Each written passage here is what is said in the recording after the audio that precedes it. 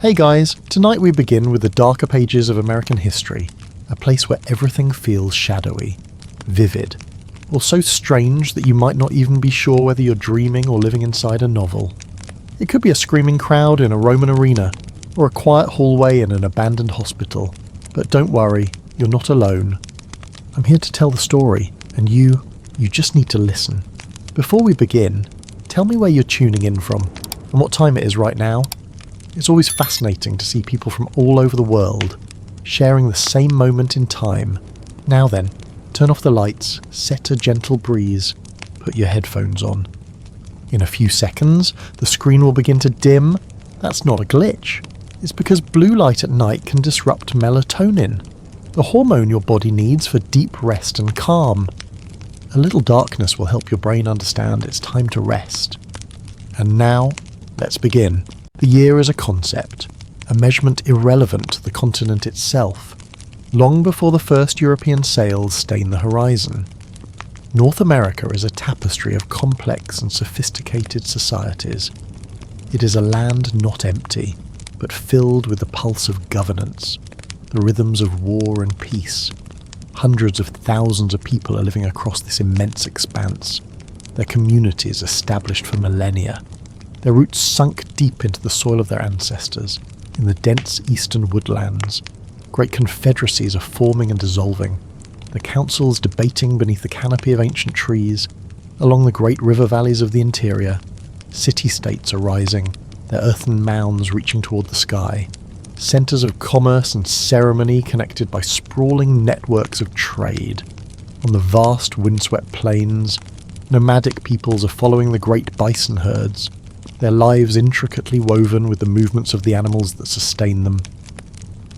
In the arid southwest, communities are carving cities from sheer cliff faces, their agricultural systems a marvel of irrigation and ingenuity in a parched land. They are warring over resources and territory. They are forging alliances through marriage and trade. They are governing regions with systems of law and custom that have been honed over countless generations. Their languages are a multitude, their spiritual beliefs as diverse as the landscapes they inhabit. This is not a wilderness waiting to be discovered, it is an old world, fully inhabited, its history already long and deeply storied. Across the vast, cold expanse of the North Atlantic, a different kind of people is stirring. They are the Norse, their longships the instruments of their restless ambition. A navigator named Leif Erikson, son of Eric the Red, is hearing a tale from a fellow explorer, Bjarni Herjolfsson. The story is one of accident and awe. While sailing from Iceland to Greenland, Herjolfsson's ship is blown far off its course by a brutal storm for days. His crew is lost in a disorienting fog, the sun a pale memory. When the mists finally clear, they're gazing upon an unknown coastline, a sight that chills and intrigues them. It is a land of low hills covered in dense forest, green and inviting, unlike the stark, icy shores of Greenland they were seeking. Herjolfsson, a cautious merchant, is disciplined. His cargo and destination are his priority. He does not make landfall. He simply sails north along this mysterious coast, observing two more distinct land masses before finally finding his way back to Greenland. He tells his story, a tantalizing account of a world just beyond the known map. It is a story of potential, of timber and grazing land, resources growing scarce in the Norse settlements. This information plants a seed in the mind of Leif Erikson. He is purchasing Herjolfsson's ship and making preparations for a deliberate voyage into the unknown west. A journey not of accident, but of intent. Erikson and his crew of Norsemen are setting sail, cutting a path across the grey, churning Labrador Sea. They are following Herjolfsson's route in reverse, their eyes scanning the western horizon for the lands he described. They first encounter a barren, desolate place, a landscape of flat stones and glaciers. Erikson is naming it Helluland, the land of flat stones. It offers nothing to them, so they are pushing onward. The next shore they reach is heavily forested, a stark contrast to the barren rock of Helluland and the sparse vegetation of Greenland. This they are calling Markland, the land of forests. Here, they are felling trees, recognizing the immense value of the timber. Still, they're continuing south, driven by the promise of an even richer territory. At last, they're arriving in a place that seems impossibly lush. Wild grapes are growing in abundance, the rivers are teeming with salmon larger than any they have seen before, and the climate is mild, promising winters far less brutal than those they have endured. Ericsson is calling this place Vinland, the land of wine, a name designed to attract future settlers. It is here, at the northern tip of what will one day be called Newfoundland, that they are establishing a small, precarious settlement. They're calling it Lonzo Meadows, Meadows Cove. The Norsemen are constructing longhouses from timber and sod, their forms low and sturdy against the wind. A forge is built, its bellows breathing life into the fire, its hammer ringing out as bog iron is smelted and shaped into nails and rivets. This is not a temporary camp. It is an assertion, a foothold on a new continent. For a time, it is a base for further exploration, a place to repair their ships and spend the winter months. From this central settlement, smaller outposts are being built nearby, probing the coastline, assessing its resources. But they are not alone. They are soon encountering the native inhabitants, people they're calling Skraeling Jar. The initial interactions are tentative, a period of mutual curiosity and trade. The Norse are offering wool and dairy, the indigenous people are offering rich furs. But the cultural chasm is too wide, the potential for misunderstanding too great. Suspicion is growing, curdling into open hostility. The Norse possess iron weapons, but they're vastly outnumbered. The land's inhabitants are fighting to defend their homes, their numbers seemingly endless. The settlement at Lonzo Meadows is becoming a fortress, its existence maintained at a constant cost of vigilance and blood, over the course of 2 decades. The reality of their position is setting in. The settlement is too far from Greenland, the supply lines too long and too perilous to sustain. The dream of a new Norse colony in the west is slowly dying. The small settlement and its surrounding outposts are being systematically abandoned. The Norse are packing their longships, taking what they can, and sailing back east, leaving their sod houses to be reclaimed by the earth. A great silence is descending once more. For nearly 500 years, the continent is returning to its own internal rhythms, its history continuing uninterrupted by European hands. The memory of the fair-haired strangers from the sea is fading into the mists of oral tradition. A half-forgotten legend, Europe, consumed by its own plagues, wars, and dynastic struggles, is forgetting the whispers of a land across the Western Ocean. The way is being prepared not by memory, but by a new age of hunger for a faster route to the riches of the East. The stage is being set for another arrival, one that will not be so easily repelled. Centuries are passing like seasons. The memory of the Norsemen fades into myth, their sod houses crumbling back into the soil, leaving only faint outlines for the wind to trace. In Europe, a different kind of pressure is building, a force driven by commerce and faith. The great overland routes to the east, the fabled Silk Road, are becoming choked. The fall of Constantinople to the Ottoman Turks is a closure, a slammed door on the traditional flow of wealth. The cost of pepper, cinnamon, and silk is soaring, each grain and thread now weighed against the price of blood and political risk. The great maritime powers of the age are growing restless, their ambitions turning outward, toward the vast unwritten canvas of the sea. Portugal is methodically, painstakingly, inching its way down the coast of Africa, seeking a southern passage to the Indian Ocean.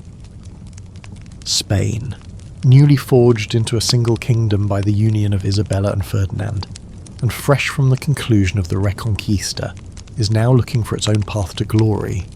The nation is flush with a militant religious fervour and a desperate need for gold to finance its new empire. Into this cauldron of ambition steps a man, a Genoese navigator named Cristoforo Colombo. He is a man possessed by a single, powerful, and profoundly flawed idea. He's convinced the world is significantly smaller than the accepted wisdom of the age suggests. He believes that by sailing west, one can reach the eastern shores of Asia in a matter of weeks.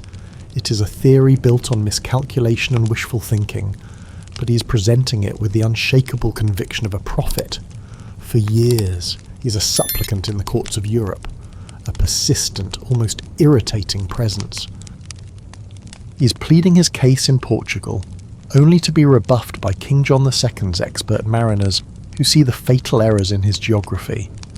He's seeking patronage in England and France, meeting only with scepticism and polite dismissal. He is becoming a man obsessed, his vision of a western passage to Cathay burning ever brighter with each rejection. Finally, in the court of Spain, he's finding a receptive audience. Queen Isabella, moved by his piety and the tantalizing possibility of outflanking her Portuguese rivals, is agreeing to finance his desperate gamble. It is a small investment for the potential of an immeasurable return, a direct sea route to the spices of the East, and the opportunity to spread the Catholic faith to lands untouched by the cross. 3 small ships, the Santa Maria, the Pinta, and the Nina, are being prepared. In August of 1492 they are slipping out of the port of Palos de la Frontera and turning their prows toward the unknown. The journey is one of grinding monotony and rising terror. The endless expanse of the Atlantic is a psychological void, a place where all known landmarks disappear. The trade winds are carrying them relentlessly westward, but the crew is beginning to whisper that these same winds will never allow them to return. Fear is fermenting into mutinous thoughts. Columbus is keeping 2 logs, one with the true distances sailed, and a falsified one for the crew, shortening the daily mileage to quell their rising panic. He's staring west, his faith the only compass he truly trusts. Then, in the pre-dawn hours of October 12th, a lookout on the Pinta is crying out, "Land." It is a low, flat island, lush with green vegetation under the rising sun. Columbus is going ashore in full regalia, planting the royal standard of Spain in the sand. He is convinced he has reached the outer islands of the East Indies. He is encountering the native Taino people, a peaceful and curious community. Seeing their brown skin, he is immediately, irrevocably, naming them Indians, a geographical error that will persist for centuries and define the relationship between 2 hemispheres. This moment is not a discovery, it is a collision, an accidental stumbling upon a world whose existence he never suspected. The news, when it travels back to Europe, is igniting a firestorm. It is opening a new frontier, not for knowledge, but for acquisition. The Florentine explorer and cartographer, Amerigo Vespucci, is undertaking his own voyages. He's recognizing that this is not Asia, but something entirely new, a mundus novus, a new world. Vespucci is a shrewd marketer. He's writing and publishing accounts of his travels, and more importantly, he's creating and selling maps. On these new charts, the vast land masses are beginning to bear his name, America. The name is sticking, a testament to the power of print and self-promotion. A fever is gripping the European powers. It is now open season. Explorers, conquistadors, merchants, and priests are scrambling to claim a piece of this vast unclaimed prize. Treaties are being drawn, lines are being scribbled across maps in the courts of Europe, dividing a continent that has not yet been explored. Its people and complex society is rendered invisible by the stroke of a pen. The initial focus of this frenzy is on the south, on the Caribbean islands and the rumoured golden empires of the mainland. But to the north of Columbus's first landing, above the island he christened Hispaniola, a colossal, mysterious landmass is looming on the edge of the new European maps, a silent, waiting challenge. Its turn is coming. The dawn of a new century is breaking across a Europe hungry for dominion. The race to carve up the Americas is no longer a matter of chance but of state policy. Spain, England, Portugal, Sweden, the Netherlands, and France are all turning their eyes westward, their royal treasuries funding expeditions to map, claim, and ultimately possess the vast North American coastline. In England, the shrewd and frugal King Henry VII is cautiously entering the fray. He's granting a charter to another Italian navigator, Giovanni Caboto, a man who will be known to his English employers as John Cabot. Cabot, like Columbus, is burning with the conviction that a more northerly route to Asia exists. In 1497 he is sailing from Bristol in a single, small, but resilient ship, the Asterisk Matthew Asterisk. After weeks battling the North Atlantic's notorious gales and disorienting fog, he is making landfall on a rugged, windswept coast. It is a land of dense fir forests, rocky shores, and an immense sea teeming with cod. It is the same region the Norse had called Vinland 5 centuries earlier. Cabot sees evidence of human habitation, the remnants of a fire, a carved tool, but he encounters no people. He's performing the essential ritual of his age. He's planting the banners of England and the cross, claiming the territory for a distant king who has never seen it. His voyage is meticulously recorded.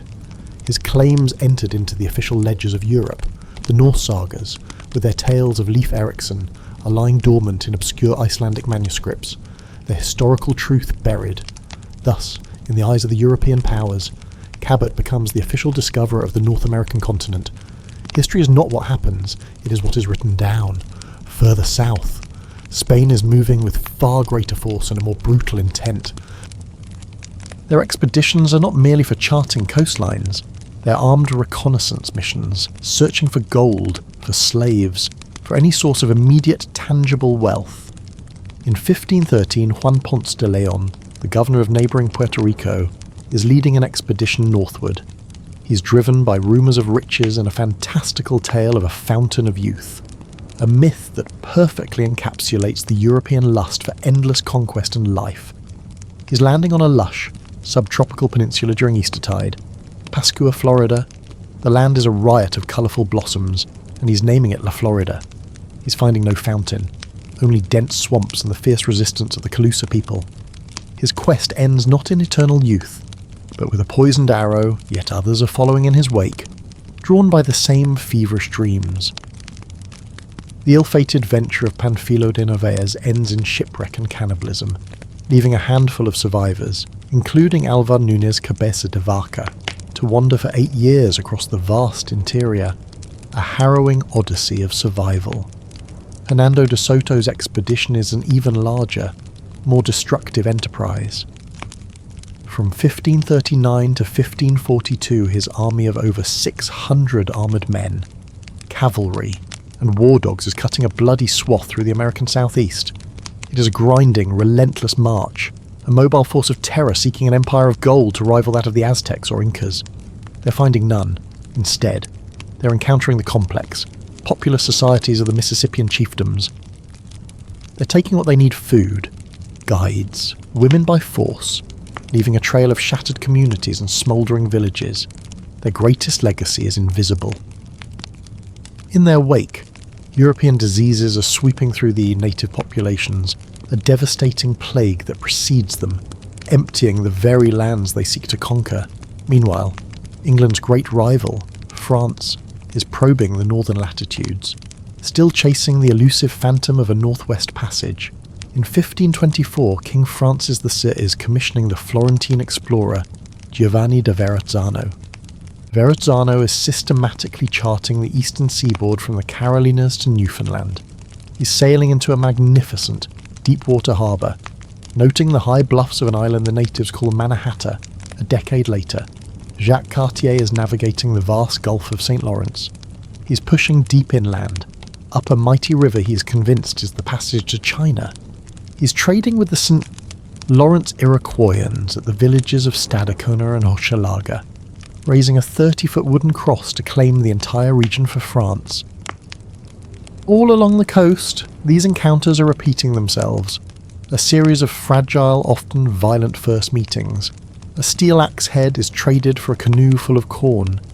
A handful of glass beads is exchanged for a pile of precious furs. But accompanying these transactions is the silent, deadly cargo of pathogens, the Europeans, hardened by centuries of plagues in their crowded cities, are carrying immunities the peoples of the Americas do not possess. A simple touch, a shared meal, a breath exhaled in conversation is enough to transmit smallpox, measles, influenza. The sickness is beginning as a fever, then a rash, then a cough that racks the body. It is moving faster than any army, wiping out entire villages, leaving behind a profound silence. conquest of North America is beginning not with a musket shot, but with a microbe. The mid-16th century arrives, and the European ambition shifts from mere exploration to permanent settlement. Mapping the coast is no longer sufficient. The goal is to plant roots, to build forts and towns that will anchor royal claims and serve as hubs for extracting the continent's wealth. But this new world is proving to be a harsh and unforgiving host.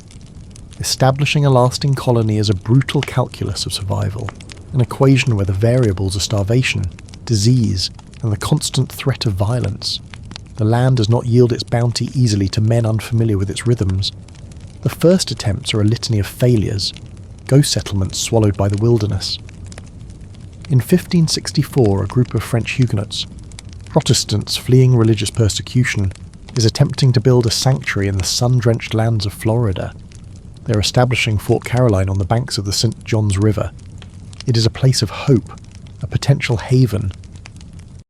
But their presence is an affront to Spain, which claims Florida as its own exclusive Catholic territory. A year later, a Spanish force under the command of Pedro Menendez de Avilés is arriving. The attack is swift and merciless. Fort Caroline is sacked, and nearly all its male inhabitants are executed, not as Frenchmen, but as heretics.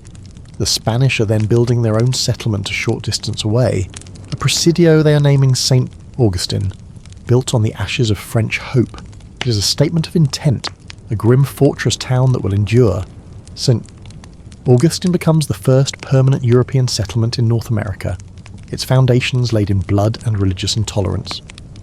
Decades later, the English are making their own ill-fated attempt. In 1585, sponsored by the ambitious Sir Walter Raleigh, a fleet is arriving off the coast of what is now North Carolina. They are choosing Roanoke Island, a sliver of land nestled behind the Outer Banks, as the site for their colony. The colonists are a mixed group, but the leadership is heavily military. The journey across the Atlantic has been punishing. Their supplies are dangerously low, and they are arriving late in the growing season. Their initial interactions with the local Algonquian peoples, the Aquascogok and the Secotern, are strained. A silver cup goes missing, and in a wildly disproportionate act of retaliation, the English commander, Ralph Lane, is ordering the Aquascogok village to be burned to the ground. This single act of violence poisons the well of diplomacy, though the Secotern, under their chief Wingina, are initially more welcoming, providing the desperate colonists with food. The relationship is fraying. The English are demanding, arrogant, and their very presence is bringing unseen death. Smallpox and influenza are tearing through the native villages, a terrifying, inexplicable plague that seems to emanate from the newcomers. Communication is collapsing into a cycle of suspicion and reprisal. Facing a winter of starvation and the growing hostility of the surrounding tribes, the colonists are losing their nerve. When Sir Francis Drake's fleet appears offshore the following spring, they are seizing the opportunity to escape, abandoning the Roanoke colony. It is a complete failure. Raleigh is undeterred. In 1587, he is dispatching a second group of colonists. This time, the composition is different. It is a community of families, middle-class Londoners seeking a new life, not a military outpost. There are women and children, including the governor's own pregnant daughter, Eleanor Dare. Their destination is the more fertile Chesapeake Bay, but their pilot, Simon Fernandez, is refusing to take them further, depositing them instead on the same forsaken Roanoke Island. They are finding the first settlement in ruins, a skeleton bleaching in the sun. They are trying to re-establish themselves, but the shadow of the first colony's violence hangs over them. The local tribes are now universally hostile. A relief mission is sent back to England, but fate is intervening. The great Spanish Armada is sailing against England, and every available ship is being pressed into service for the defence of the realm. For 3 critical years, the Roanoke colony is cut off, an isolated island of English life surrounded by a hostile continent. When a relief expedition finally arrives in August of 1590, the settlement is eerily silent. The houses have been dismantled, not burned. A sturdy palisade has been built. Carved into a post of the palisade is a single word Croatoan, Carved into a nearby tree are the letters CRO. Croatoan is the name of a neighbouring island and the tribe that inhabits it. But there are no signs of a struggle, no bodies, no evidence of a massacre. The colonists have simply vanished. An approaching storm is preventing the relief mission from sailing to Croatoan to investigate further. The settlers of Roanoke, including Virginia Dare, the first English child born in the Americas, are never seen again. They are becoming the lost colony, their fate a haunting mystery that becomes a foundational myth of the American experience, a stark reminder of the continent's power to absorb and erase those who underestimate it. The wilderness has claimed them, leaving behind only a cryptic carving and a profound unanswered question. 2 decades after the haunting silence of Roanoke, the English are trying again. The dream of a foothold in the New World, a source of wealth and a check against Spanish power, is too potent to abandon. In 1607, a new venture, the Virginia Company of London, is sending 3 ships, the Asterisk, Susan Constant Asterisk, the Asterisk, Godspeed Asterisk, and the Asterisk, Discovery Asterisk, across the Atlantic. This is not an expedition of families seeking refuge, but a commercial enterprise. The investors are expecting a return. The colonists are employees, their mission to find gold, establish trade, and locate a river route to the Pacific. After a brutal 4-month voyage, they are sailing into the vast Chesapeake Bay and Upper Deep, wide river they are naming the James. In honour of their new king, they're selecting a site for their settlement, a low, marshy peninsula that seems easily defensible. They're calling it Jamestown. The initial burst of activity is impressive. A triangular palisade fort is quickly erected. Rough-hewn communal buildings are constructed for living and storage. But the colonists are tragically ill-suited for the task at hand. Many are gentlemen, men unaccustomed to manual labour, their hands soft, their minds fixated on the glint of gold rather than the toil of planting corn. They are prospectors in a land that holds no gold for them. The site they have chosen, while tactically sound, is a death trap. The marshland is a breeding ground for mosquitoes carrying malaria, and the river water is brackish, a slow poison of typhoid and dysentery. They are arriving too late to plant crops, and their efforts are disorganised, plagued by infighting and a catastrophic lack of leadership. Relations with the local native population, the powerful Powhatan Confederacy, are immediately fraught. The Powhatan, a sophisticated polity of some 30 tribes led by the paramount chief Wahun Senekau, whom the English call Powhatan, are watching the newcomers with a mixture of suspicion and strategic interest. The English possess metal tools, copper, and powerful weapons, goods the Powhatan desire. Initial encounters are a tense dance of trade and hostility. A brief skirmish upon their arrival is followed by a period of cautious cohabitation. The Powhatan are offering gifts of food, their generosity keeping the starving colonists alive. The English, however, are seeing this not as charity, but as a sign of weakness, a resource to be exploited while they search the surrounding swamps for non-existent precious metals. The first year is a nightmare of disease and starvation. The communal store is dwindling, and the gentlemen are refusing to work. Bodies are being buried in secret, an attempt to hide their dwindling numbers from the ever-watchful Powhatan. The colony is on the verge of collapse, another Roanoke in the making. Into this chaos steps Captain John Smith. He is a man forged in the crucible of European wars, a soldier of fortune, pragmatic, and utterly ruthless. He is not a gentleman in the traditional sense. He is a survivor, seizing control of the colony's council. He is imposing a near-dictatorial rule. His decree is simple and revolutionary. He that will not work shall not eat. He is forcing the colonists to drill with arms, to build better shelters, and most importantly, to plant crops. He is understanding what the others do not. Survival depends not on gold, but on corn. Smith is also taking charge of relations with the Powhatan. He's leading trading expeditions, sometimes bartering, sometimes bluffing, sometimes fighting his way to the food the colony desperately needs. It is during one of these forays that the most famous, and perhaps apocryphal, event of his life is occurring. Captured by the Powhatan, he's brought before the Great Chief and is about to be executed. At the last moment, the chief's young daughter, Pocahontas, is intervening, placing her head upon his to save him, whether an act of genuine compassion or a staged political ritual to adopt Smith and his people into the Powhatan sphere of influence. The event solidifies a fragile, temporary peace. Smith's leadership, though abrasive, is effective. He's navigating the colony through its first brutal years. But an injury from a gunpowder explosion is forcing him to return to England in 1609. Without his iron will, the colony is spiralling back into chaos. The winter that follows is known as the Starving Time. The Powhatan, weary of the colonists' endless demands, are laying siege to the fort, cutting off all access to food. The situation inside Jamestown becomes a descent into horror. The colonists are eating their horses, then their dogs and cats, then rats and snakes. Finally, they're resorting to cannibalism, digging up the recently buried to survive. Of the hundreds of colonists, only a handful are left alive by the spring of 1610, skeletal figures waiting for death. A relief fleet is arriving just as the survivors are abandoning the settlement.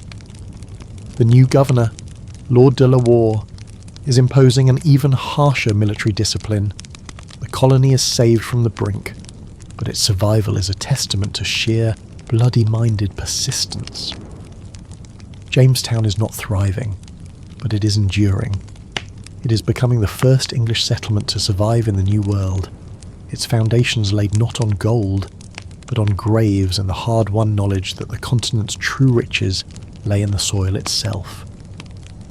The survival of Jamestown, precarious as it is, marks a turning point.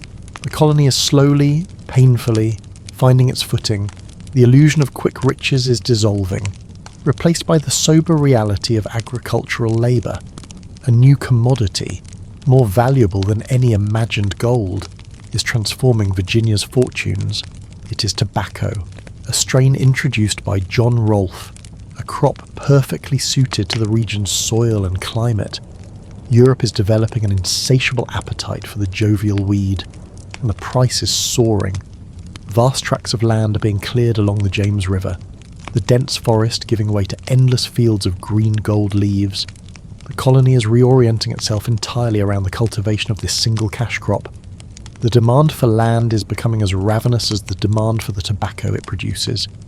This hunger is pushing the English settlers further and further into the territories of the Powhatan Confederacy, leading to escalating tensions and renewed conflict. The fragile peace brokered by John Smith is a distant memory. The colony is growing, its success built upon an ever-expanding footprint. In 1619, a year of profound and contradictory firsts, the future of the colony and the nation it will one day become is being forged. The Virginia Company, seeking to make the colony more stable and attractive to new settlers, is instituting a series of reforms. A General Assembly is established, the House of Burgesses, the first representative legislative body in North America, white. Landowning male colonists are now gathering to create laws for their own governance. It is a seed of self-rule, planted in the same soil as the tobacco that is enriching them. In that same year, another ship is arriving at Point Comfort, Virginia. It is not a vessel of the Virginia Company, but an English privateer, the Asterisk White Lion Asterisk. Its cargo is not English settlers or supplies, but human beings. The ship has attacked a Portuguese slave ship, the São João Bautista Asterisk, and seized a portion of its human chattel at Point Comfort. 20 and odd enslaved Africans are being sold to the colonists. They are being traded for food and supplies. Some are taken to the fledgling settlement at Jamestown. This is not the beginning of slavery in the Americas. The Spanish and Portuguese have been trafficking in human lives for over a century. But this moment marks the genesis of a system that will become codified and entrenched in the English colonies. A brutal engine of forced labour that will power the agricultural economy of the South for 2.5 centuries. The arrival of these first Africans is a quiet, almost incidental event, but its consequences will be cataclysmic. a deep and poisonous root that will grow into a defining national trauma. While Jamestown is securing its future through tobacco and forced labour, a different kind of colony is taking shape far to the north. In 1620, a small storm-battered ship named the Mayflower is making its way across the treacherous North Atlantic. Its passengers are not soldiers of fortune or company employees. They're religious dissenters, a congregation of Puritans who call themselves separatists. They believe the Church of England is irredeemably corrupt, and they are seeking a place to worship freely, to build a new Jerusalem, a city upon a hill according to their own strict interpretation of Scripture. They are known to history as the Pilgrims. Their journey is an ordeal, months at sea, pounded by storms. They are blown far north of their intended destination in Virginia. They are sighting land at what is now Cape Cod. Before they even set foot ashore, a crisis of governance is emerging. They are outside the bounds of their patent from the Virginia Company. Some of the non-separatist passengers, the strangers, are arguing that they are now free from any legal authority. To prevent anarchy, the leaders of the group are drafting a document, a simple but profound agreement. It is the Mayflower Compact. The signatories are pledging to form a civil body politic and to enact just and equal laws. It is a radical act of self-government, a social contract created not by a king or a company, but by the people themselves. In the name of God and their own survival, they're exploring the coast, searching for a suitable place for their settlement. An early encounter with the Nauset people is brief and violent. Finally, they're choosing a harbour the English maps call Plymouth. It is the site of a recently abandoned Patuxet village, a place cleared of forest, with freshwater brooks and a defensible hill. The village is empty because its inhabitants have been wiped out by the same European diseases that ravaged the tribes further south, a plague that swept through New England a few years prior. The Pilgrims are seeing this as an act of divine providence, a sign that God has prepared the way for them. Their first winter is as brutal as Jamestown's. They are living aboard the Mayflower *, ferrying to shore each day to build their settlement. Sickness, scurvy, pneumonia, tuberculosis is scything through their ranks. By the spring, half of the original passengers and crew are dead. They're burying their dead at night on Coles Hill, levelling the graves to hide their calamitous losses from any watching eyes. They're a fragile, grieving community on the edge of a vast, unknown continent. As the brutal New England winter recedes, the surviving Pilgrims at Plymouth are a community teetering on the edge. In March of 1621, their isolation is abruptly broken. A lone native man is walking boldly into their half-built settlement and, to their astonishment, greeting them in broken English. His name is Samoset, a sachem from a tribe in present-day Maine, and he has learned the language from English fishermen. This encounter is a prelude to a more significant meeting. Samoset is returning a few days later with another man, Tisquantum, whom the English will call Squanto. Squanto's story is a microcosm of the tragic and complex interactions of the era. He is a member of the Patuxet tribe, the very people who once lived where Plymouth now stands, years earlier. In 1614 he was kidnapped by an English explorer, Thomas Hunt, and taken to Spain to be sold into slavery.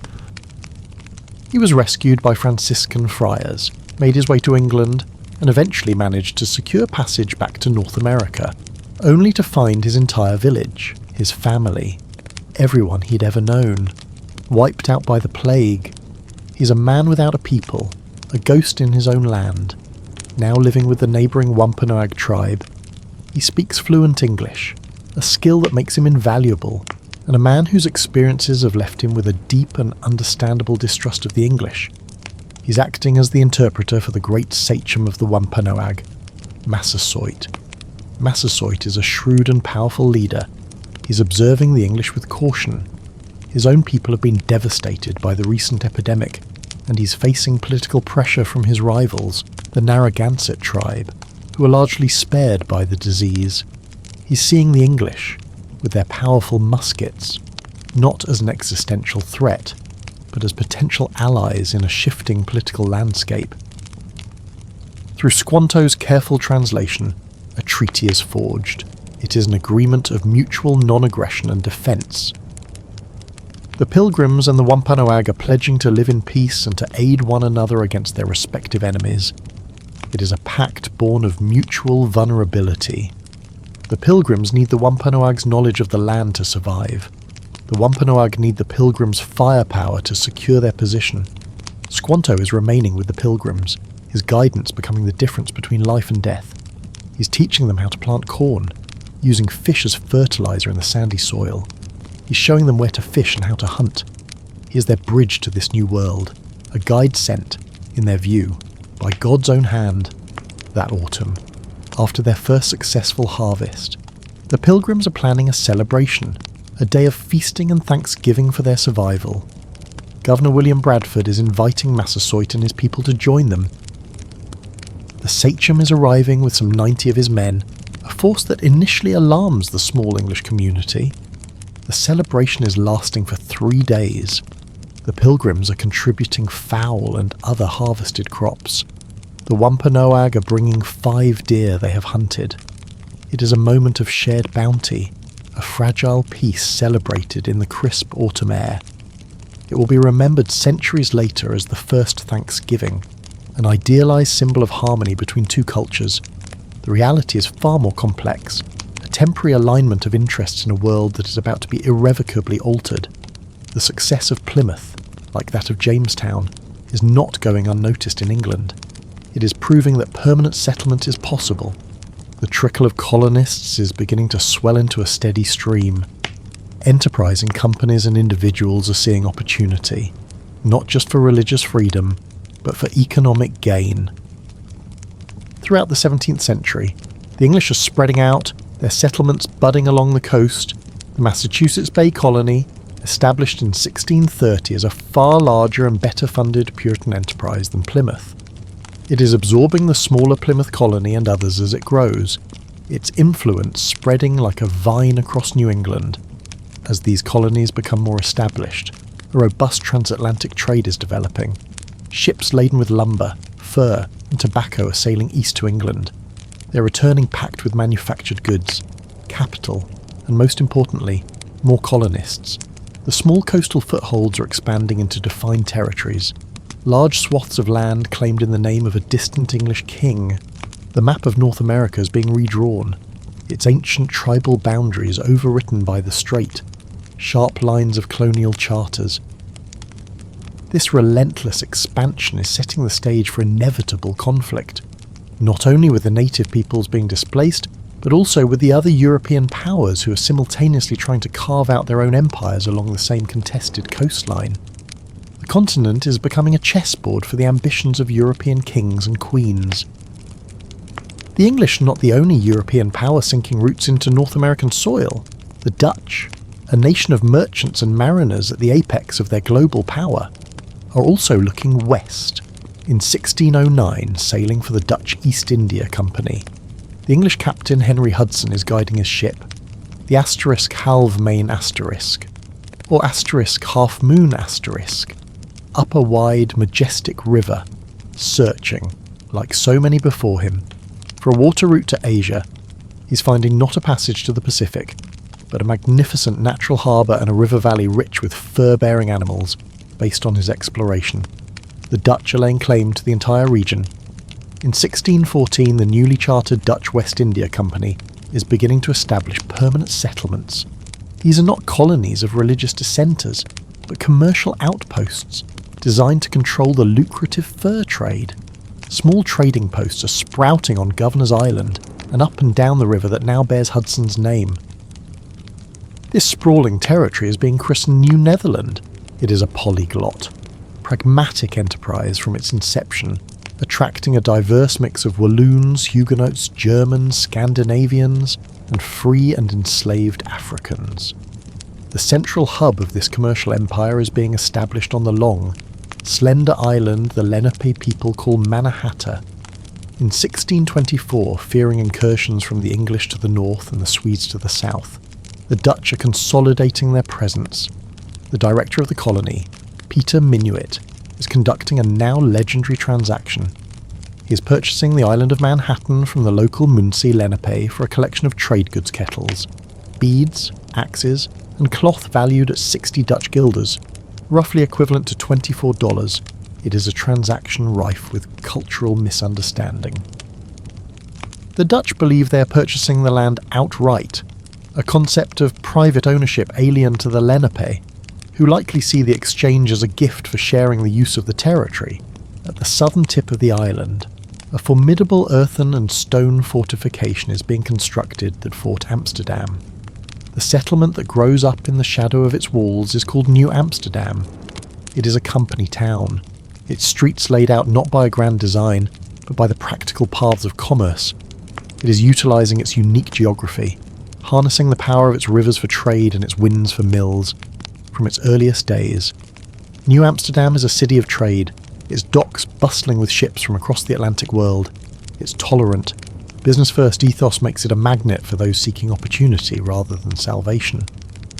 But this bustling port city, with its strategic control of the Hudson River, is a constant temptation for the English. It is a Dutch wedge driven between their New England colonies and their growing settlements in Virginia and Maryland. The English are coveting the harbour and the river, seeing them as essential to consolidating their own North American empire. The breaking point is coming in 1664. King Charles II of England, ignoring Dutch claims, is granting the entire territory of New Netherland to his brother, the Duke of York. An English fleet of 4 powerful frigates is sailing into the harbour of New Amsterdam. They're anchoring their ships with their gun ports open, their cannons aimed directly at the fort. The English commander, Richard Nichols, is sending a message to the Dutch governor, Peter Stuyvesant, demanding the surrender of the city. Stuyvesant, a fiery and obstinate man with a wooden leg, is wanting to fight.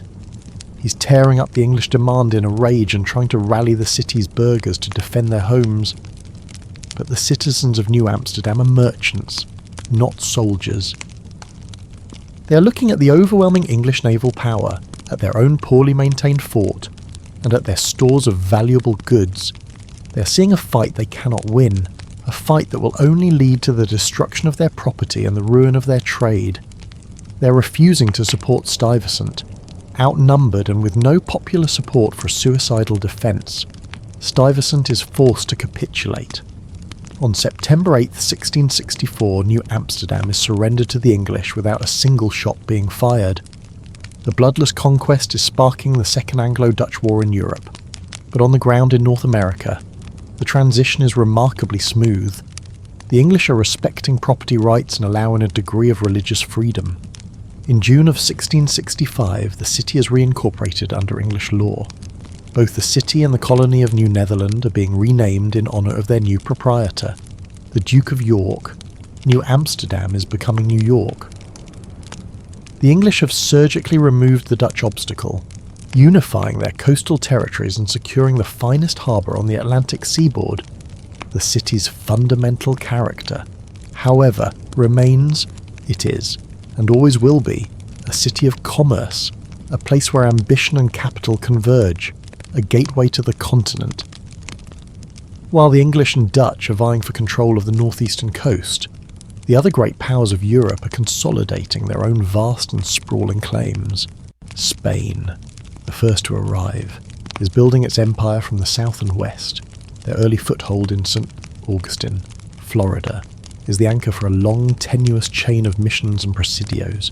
Spanish influence is radiating outward, pushing west toward their established conquests in Mexico and north into the vast, uncharted interior. Franciscan friars, driven by a fervent desire to convert the native peoples, are the vanguard of this expansion.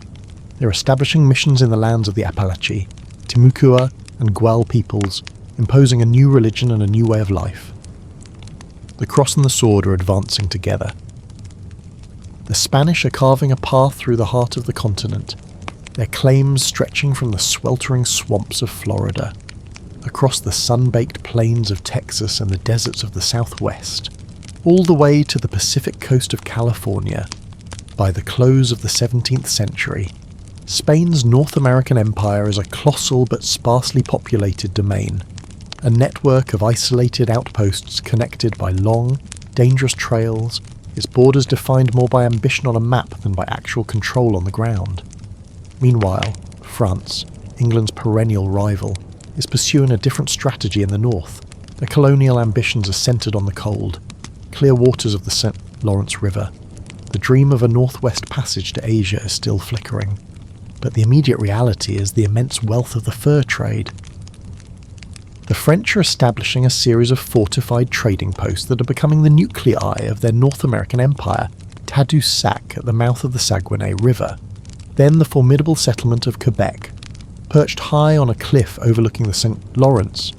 From Quebec, they are pushing further inland, establishing Trois-Rivières and then Montreal, each settlement a step deeper into the continent's interior, unlike the English, who are clearing the land for agriculture and creating a frontier of exclusion.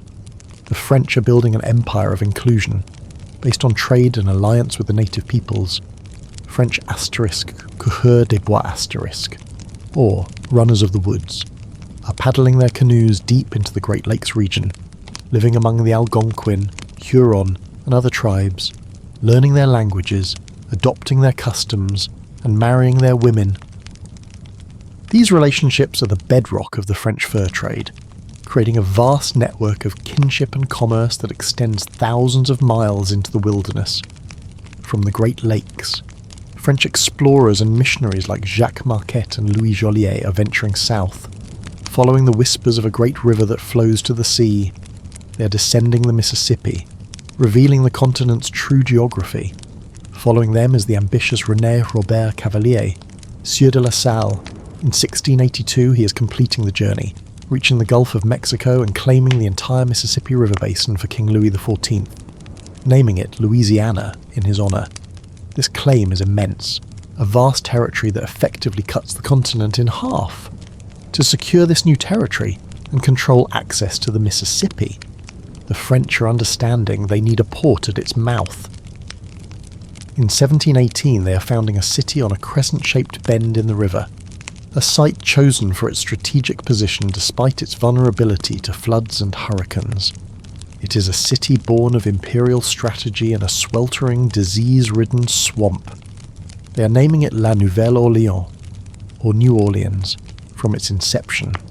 New Orleans is a fusion of cultures French, Spanish, African, and Native American, a unique and volatile mix. It is becoming the southern anchor of the French Empire in North America, the crown jewel of their Louisiana territory, a gateway to the heart of the continent. By the beginning of the 18th century, the map of North America is a patchwork of competing imperial claims.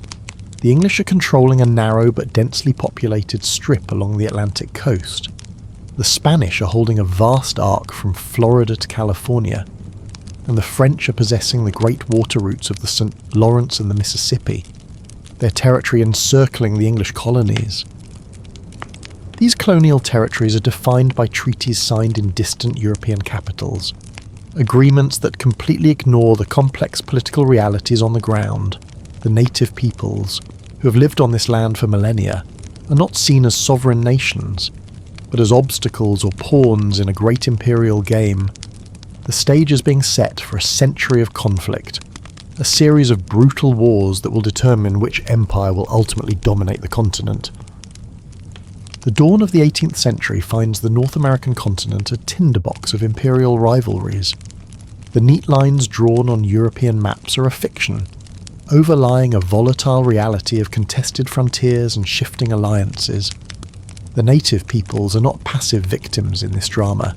They are active, strategic players, fighting to preserve their lands and their autonomy. Many are seeing the Europeans not as a monolithic force, but as competing factions to be played against one another. They are becoming adept at the dangerous game of opportunism, forging alliances with one power to gain an advantage over a traditional native rival, or to push back against the encroachments of another European group. Raids on isolated settlements are a constant feature of frontier life. A lone farmhouse is consumed by fire, its inhabitants killed or taken captive. A colonial hunting party is ambushed in the deep woods. The colonists, far from the protection of established forts or the reach of any professional army, are learning to rely on their own militias for defence. Retaliation is swift and often indiscriminate, a brutal cycle of violence begetting more violence. One of the largest and most destructive of these conflicts is erupting in New England in 1675. It is known as King Philip's War. The fragile peace that had existed between the Plymouth colonists and the Wampanoag is long dead. Massasoit, the sachem who had aided the Pilgrims, is gone. His son, Metacomet, whom the English call King Philip, is now the Grand Sachem of the Wampanoag Confederacy. He does not share his father's tolerance for the English. He has watched for years as the colonist numbers swelled, their towns expanding, their fences and livestock encroaching relentlessly on Wampanoag hunting grounds. He has seen Puritan missionaries, the praying Indians, attempt to erase his people's culture and convert them to a foreign faith for Metacomet. The English are not allies, they are an existential threat. The execution of 3 of his men by the Plymouth authorities, following a dubious trial, is the final spark. An alliance of Algonquian tribes, led by Metacomet, is striking with devastating force. This is not a series of scattered raids, it is a coordinated, full-scale war. They're attacking not just the vulnerable frontier farms, but the larger, more established towns of the Massachusetts Bay Colony. The English are caught off guard by the ferocity and strategic skill of the native warriors. Towns like Swansea, Brookfield, and Deerfield are being burned to the ground. The New England colonists are gripped by terror. With no English soldiers stationed in the colonies, the colonial militias are mobilizing to defend their homes. It is a war fought with breathtaking brutality on both sides. The militia are adopting a strategy of total war, targeting not just warriors, but entire native villages. They are knowing that by destroying food stores, homes and families, they can break the tribe's ability and will to fight. They're attacking the powerful Narragansett tribe in their winter fort in a bloody massacre known as the Great Swamp Fight. The war is consuming New England for over a year. In 1676, Metacomet is hunted down and killed, his body quartered and his head displayed on a pike at Plymouth for 2 decades. A grim symbol of English victory, his death is the beginning of the end for the Wampanoag and their allies. Without his leadership, the native alliance is fracturing. The New England militia is pressing their advantage, systematically destroying the Wampanoag people and driving their allies from the territory, in proportion to the population. It is the deadliest conflict in American history. Dozens of English towns are destroyed, and the colonial economy is left in ruins. But for the native peoples of southern New England, the devastation is absolute. Their power is broken forever, their communities shattered, their people killed, enslaved, or forced to flee. The war leaves a legacy of deep and lasting bitterness in its wake. The tensions between the English colonists and their European neighbours, particularly the French to the north, are intensifying. The surviving Algonquian tribes of the region are forming a new alliance, the Wabanaki Confederacy. Having witnessed the grim fate of their southern neighbours, they are looking to the French in Canada as their only hope for protection against the relentless expansion of the English. The pieces are now in place for the local conflicts between colonists and natives to merge with the global struggles of their parent empires. The frontier wars are about to become the North American theatre of a much larger, and even more destructive, series of imperial wars for control of the continent. The embers of King Philip's War are barely cold when the colonists of New England are finding themselves drawn into another conflict, this one not of their own making. The deep-seated rivalries of Europe are spilling across the Atlantic, igniting the North American frontier.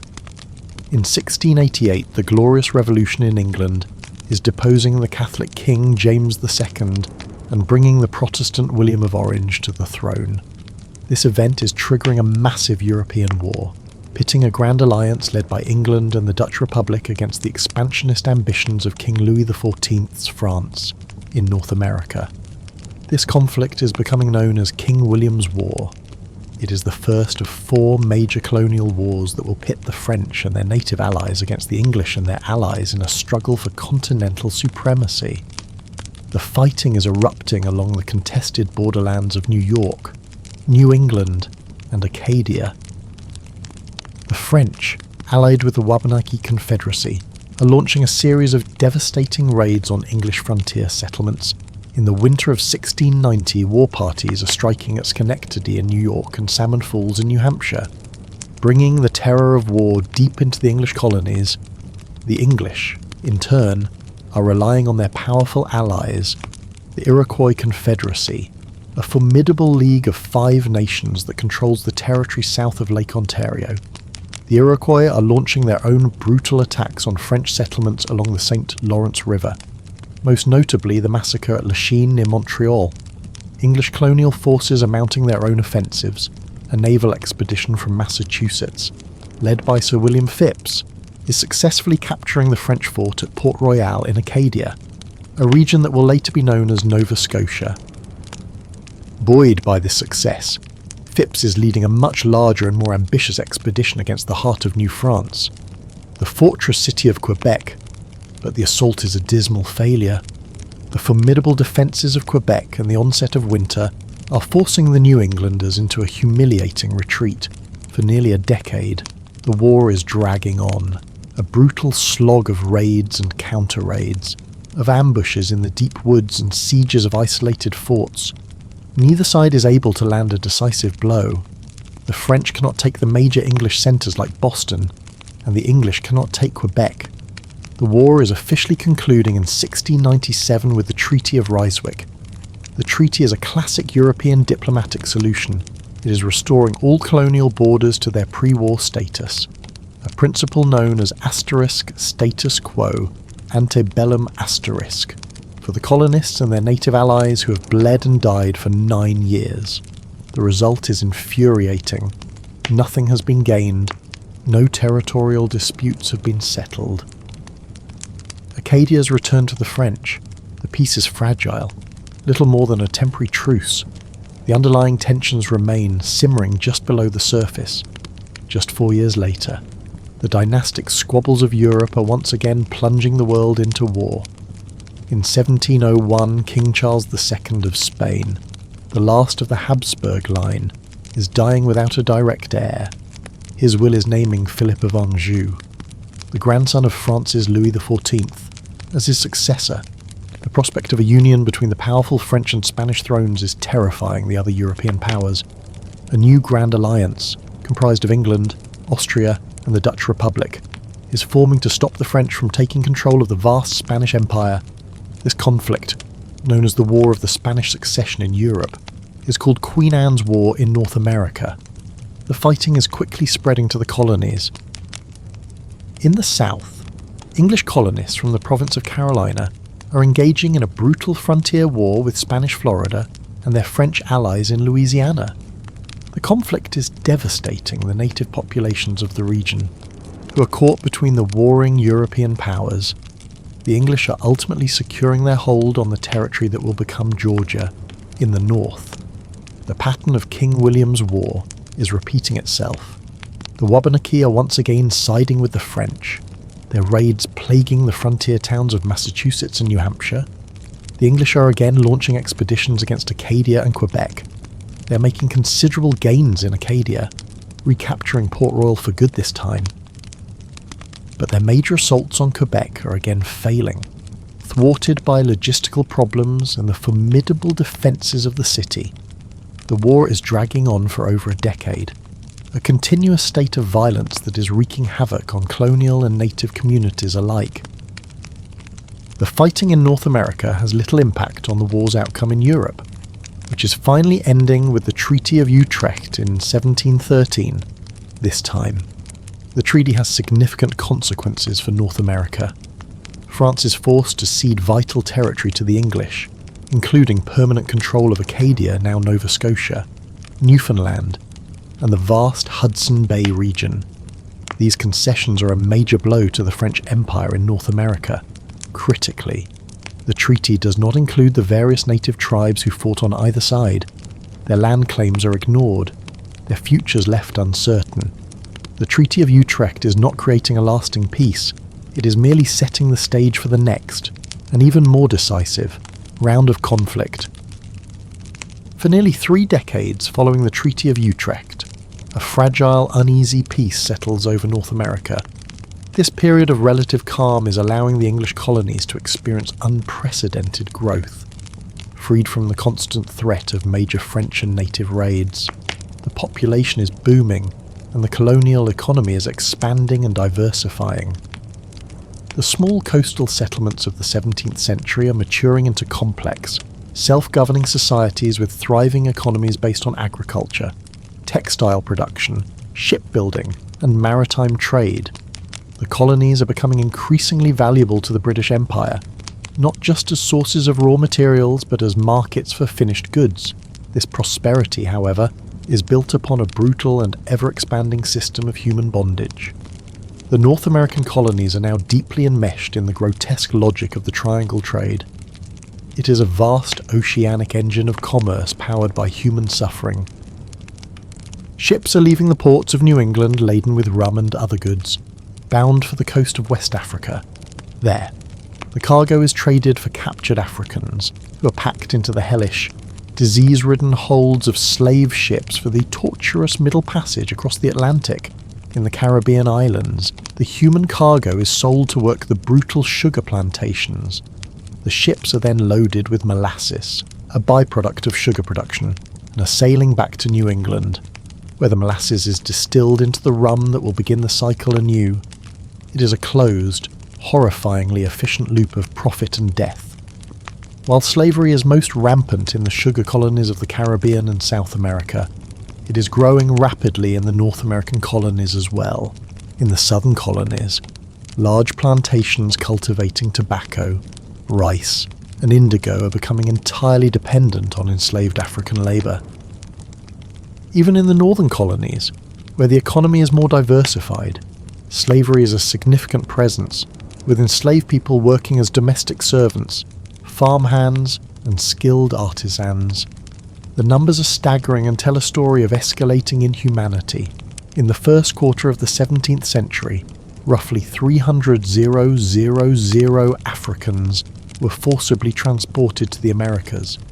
By the middle of the 18th century, between 1751 and 1775, that number has exploded to more than 2 million.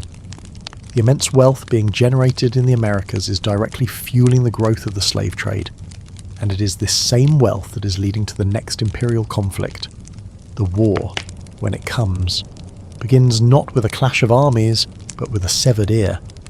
The official peace between Great Britain and Spain is a diplomatic fiction.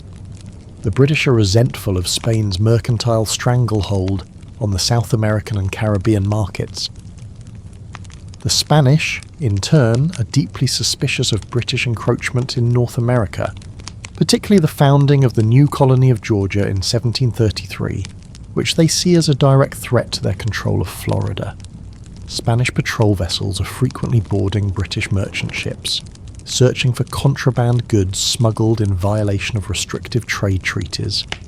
In 1731, a British brig, the Rebecca is stopped off the coast of Cuba. During the search, its captain, a man named Robert Jenkins, is allegedly tortured by the Spanish commander, who cuts off his ear 8 years later. In 1739, Jenkins is brought before the British Parliament to tell his story. He is producing the severed, preserved ear as dramatic evidence of Spanish barbarity. The story, whether entirely true or greatly embellished, is striking a nerve with the British public and providing a powerful pretext for war. The Parliament is declaring that the Spanish are guilty of depredations upon British subjects, and a new conflict is beginning. It is known as the War of Jenkins' Ear. The fighting is largely a naval affair, confined to the Caribbean and South America, as the British Navy attempts to capture Spanish ports and disrupt their shipping on the North American mainland. The fighting between the British colonists in Georgia and the Carolinas and the Spanish in Florida is sporadic and inconclusive, a series of border skirmishes that achieve little for either side. As is becoming the pattern, the local native tribes who are drawn into the fighting suffer the most. Before this localized conflict can be resolved, it is swallowed by a much larger European war. In 1740, Emperor Charles VI of Austria is dying, leaving his throne to his daughter, Maria Theresa, A complex web of treaties and rival claims is immediately plunging the continent into the War of the Austrian Succession. France, Spain, and Prussia are supporting a rival claimant, Charles Albert of Bavaria. Great Britain is siding with Austria to maintain the balance of power. Soon, all of Europe's great powers are at war. In North America, this new conflict is known as King George's War. The old rivalries are flaring up once again. The Wabanaki Confederacy is allying with the French, the Iroquois with the British. The fighting is again focused on the strategic corridor of Acadia and the St. Lawrence River. This time, however, the British colonists are achieving a stunning and unprecedented victory. In 1745, a force of New England militia, supported by the Royal Navy, is mounting a successful siege of the supposedly impregnable French fortress of Louisbourg on Cape Breton Island. The fortress is the key to the mouth of the St. Lawrence River, and its capture is a massive strategic and psychological blow to the French. The war takes a heavy toll on the British colonists, who bear the brunt of the fighting in North America. When the war finally ends in 1748 with the Treaty of Aix-la-Chapelle, the colonists are dealt a bitter disappointment. The treaty, in another frustrating return to the status quo ante bellum is forcing the British to return Louisbourg to the French in exchange for concessions elsewhere. The New Englanders, who had won the fortress at a great cost of life and treasure, are infuriated. They feel their sacrifice has been betrayed by distant diplomats who do not understand the realities of the American frontier. The treaty settles nothing. The territorial disputes remain. The grudges are deeper than ever. The undefined borders in the North American backcountry are still a source of constant, low-level violence. It is only a matter of time before the final, decisive war for control of the continent begins. The peace established by the Treaty of Aix-la-Chapelle is a brittle illusion in the vast contested wilderness of the Ohio River Valley. The rivalry between Britain and France is not dormant, it is intensifying. This fertile region, a vital link between French Canada and Louisiana, is also being claimed by the British colony of Virginia, whose royal charter grants it a vast and vaguely defined western territory. Land speculators from Virginia are pushing into the valley, and French fur traders are determined to hold their ground. The French are beginning to construct a chain of forts to solidify their claim and to block British expansion. In late 1753, Robert Dinwiddie, the ambitious Lieutenant Governor of Virginia, is dispatching a young 21-year-old major in the Virginia militia to deliver an ultimatum to the French. His name is George Washington. Washington's mission is to order the French to vacate the forts in the Ohio Valley. He is undertaking a perilous winter journey deep into the frontier, delivering the message to the French commander at Fort Le Boeuf. The French receive him politely, but firmly reject his demands. Washington is returning to Virginia with the French refusal, his report confirming their hostile intent. Dinwiddie is immediately promoting Washington to lieutenant colonel and sending him back into the Ohio Valley, this time with a small force of colonial militia and orders to defend Virginia's claim, by force if necessary. In April of 1754, a French force is capturing a small, unfinished British fort at the strategic forks of the Ohio River. They're tearing it down and building a much larger, more formidable fortification in its place, which they are naming Fort Duquesne. Further south, Washington and his small contingent of militia, accompanied by a handful of Mingo warriors led by a sachem named Tanacharison, are on the move. They are ambushing a small encampment of unsuspecting French troops. The skirmish is brief and one-sided. The French are quickly overwhelmed. Their commander, Joseph Coulon de Jumonville, is wounded. He's trying to explain that his was a diplomatic mission, sent to warn Washington that he was trespassing on French territory.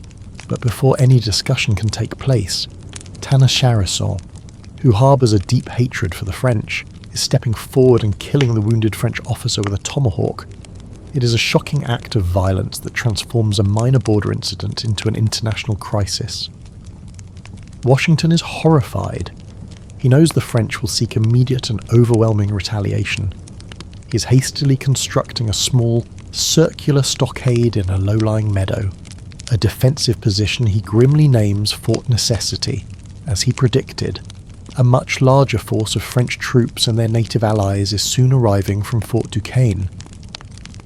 They're surrounding the crude fort, and from the cover of the surrounding woods are pouring a withering fire onto Washington's exposed position.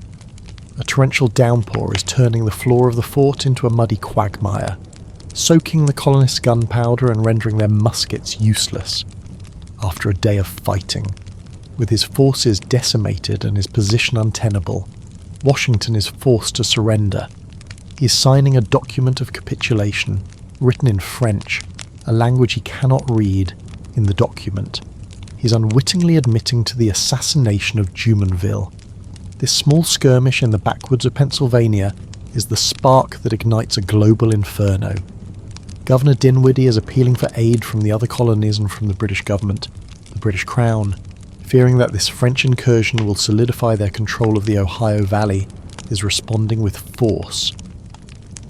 They are dispatching regular army troops to North America with orders to strike at the French forts, not only in the Ohio Valley but also along the St. Lawrence River. France, in turn, is sending reinforcements to defend its colonial possessions. Suddenly, without a formal declaration of war, Britain and France are locked in a new, and this time, final, struggle for North America. This conflict, which will be known as the French and Indian War in America, is beginning disastrously for the British. In 1755, a large expedition of British regulars and colonial militia, under the command of General Edward Braddock, is sent to capture Fort Duquesne. Braddock, a veteran of European warfare, is contemptuous of colonial fighting methods and dismissive of his native allies. He's marching his army through the dense wilderness in perfect European formation, a bright red column of men that is a perfect target. Near the Monongahela River, they're ambushed by a smaller force of French and native warriors. The result is a slaughter. The British regulars, unable to adapt to the forest warfare, are breaking in panic. Braddock is mortally wounded. A young George Washington, serving as an aide to Braddock, is rallying the survivors and organising a desperate retreat. It is a catastrophic defeat. In the north, other British campaigns are also failing for the first few years of the war. The French are seemingly invincible. They're capturing a series of critical British forts in New York, including Fort Oswego and Fort William Henry. It seems as though the French will succeed in securing their North American empire. But in 1756, the conflict in North America is escalating into a full-blown global war. The 7 Years' War. It is the largest European land war to date, a conflict that will be fought not just in North America, but in Europe, the Caribbean, India, and on the high seas. The entangled system of alliances forged over a century of conflict is finally pulling every major European power into the fray. The world is at war. The eruption of the 7 Years' War across the globe is a turning point. France is now forced to divert its military resources and attention to the European continent and to protect its more valuable sugar colonies in the Caribbean. The North American theatre, once a priority, is becoming a secondary concern. This global shift in strategy is creating a decisive opportunity for the British. Under the energetic leadership of William Pitt, the British government is committing immense resources to achieving a final victory in North America. The Royal Navy is blockading the St. Lawrence River, cutting off the French forces in Canada from resupply and reinforcement. A new generation of capable British commanders is taking charge, and they are beginning to work more effectively with their colonial counterparts. The tide of the war is turning. In 1758, a massive British and colonial force is successfully capturing the fortress of Louisbourg, which had been returned to the French after the last war. Its fall reopens the gateway to the St. Lawrence in the Ohio Valley. Another expedition is finally succeeding in driving the French from Fort Duquesne. The British are building a new, larger fort on the site, which they are naming Fort Pitt, the seed of the future city of Pittsburgh. The following year, 1759, is the asterisk Annus Mirabilis asterisk, the year of miracles. For the British, they're achieving a series of stunning victories across the globe, in North America, the focus is on the heart of New France, Quebec. The British are sending a massive amphibious force under the command of a brilliant but moody young general, James Wolfe. For months, they are besieging the city, but the formidable cliffs and strong defences of Quebec are holding them at bay. Wolfe, growing desperate as winter approaches, is devising a daring and incredibly risky plan. On a moonless night in September, he's leading his troops in small boats to a narrow, unguarded path up the cliffs west of the city. By dawn, the British army is assembled on a flat, open field known as the Plains of Abraham. Just outside the city walls, the French commander, the Marquis de Montcalm, is caught completely by surprise. Instead of waiting for reinforcements within the safety of the city walls, he's making a fatal error. He's marching his army out to meet the British in a conventional European-style battle. The disciplined British regulars are holding their fire until the French are just 40 paces away. They're unleashing a single, devastating volley that shatters the French lines. The battle is over in minutes. Both Wolfe and Montcalm are mortally wounded in the fighting. The French army is routed, and 5 days later, Quebec, the capital of New France, is surrendering to the British. The fall of Quebec is the decisive blow. Though the French are attempting a counterattack the following spring, they're ultimately unsuccessful. In 1760, the British are converging on Montreal from 3 directions. The governor of New France, recognising the futility of further resistance, is surrendering the city and all of Canada to the British. The fighting in North America is largely over. The 7 Years' War, however, is continuing to rage across the globe for another 3 years, carving away at the French Empire and its allies. Finally, in 1763 the war is officially ending with the signing of the Treaty of Paris. The terms are a complete and total victory for Great Britain. France is ceding all of its North American territory east of the Mississippi River to Britain, including Canada. Spain, which had allied with France late in the war, is ceding Florida to Britain in a separate treaty. France is compensating Spain for its loss by giving it the Louisiana territory west of the Mississippi, including the port of New Orleans, in the span of a few years. The political map of North America has been completely redrawn. The French Empire on the continent is gone. The Spanish presence is pushed west of the Mississippi. Great Britain now stands as the undisputed colonial power in eastern North America. The casualties of the global conflict are astronomical for the period, with estimates reaching as high as 1.4 million dead. The French and Indian War, the American theatre of this global struggle, accounted for a small fraction of the total, but its impact on the continent is profound. For nearly a century, the British colonists have lived in the shadow of the French and their native allies. Now, that threat has been eliminated. The colonists are ecstatic. The vast fertile lands of the West, beyond the Appalachian Mountains, are now open for settlement and expansion. Or so they believe. The war has not just redrawn the map, it has fundamentally altered the relationship between Great Britain and its American colonies, setting the stage for a new and even more momentous conflict. The victory in the 7 Years' War creates the ideal conditions for an incredible population boom in the British colonies of North America. Over the course of the 18th century, the number of colonists is exploding, from roughly 250,000 in 1700 to more than 1.25 million by 1750, and it is continuing to climb. The raw materials produced by these colonies, hemp for rope, tar for shipbuilding, copper for fittings, are essential for the British war machine. The defeat of the French is seen by the colonists as a shared victory, a triumph they have contributed to with their blood and their resources. The colonists, particularly in staunchly Protestant New England, have no great love for the Catholic French, and the elimination of this long-standing rival is a cause for celebration. This sense of shared identity and purpose is being powerfully reinforced by a profound religious phenomenon that is sweeping through both Europe and North America during the same period. It is called the Great Awakening. It is not a single, organised movement, but a series of spontaneous, intensely emotional evangelical revivals. It is a reaction against the perceived coldness and formality of the established churches. It is emphasizing a personal, direct, and emotional relationship with God. At the heart of the Great Awakening are itinerant preachers, charismatic orators who are travelling from town to town, delivering fiery sermons in open fields, churches, and town squares. They're rejecting the dry, theological arguments of the established clergy and speaking directly to the hearts of their listeners. They're preaching a message of sin, salvation, and rebirth. One of the most powerful and influential of these figures is George Whitefield, an English Anglican cleric.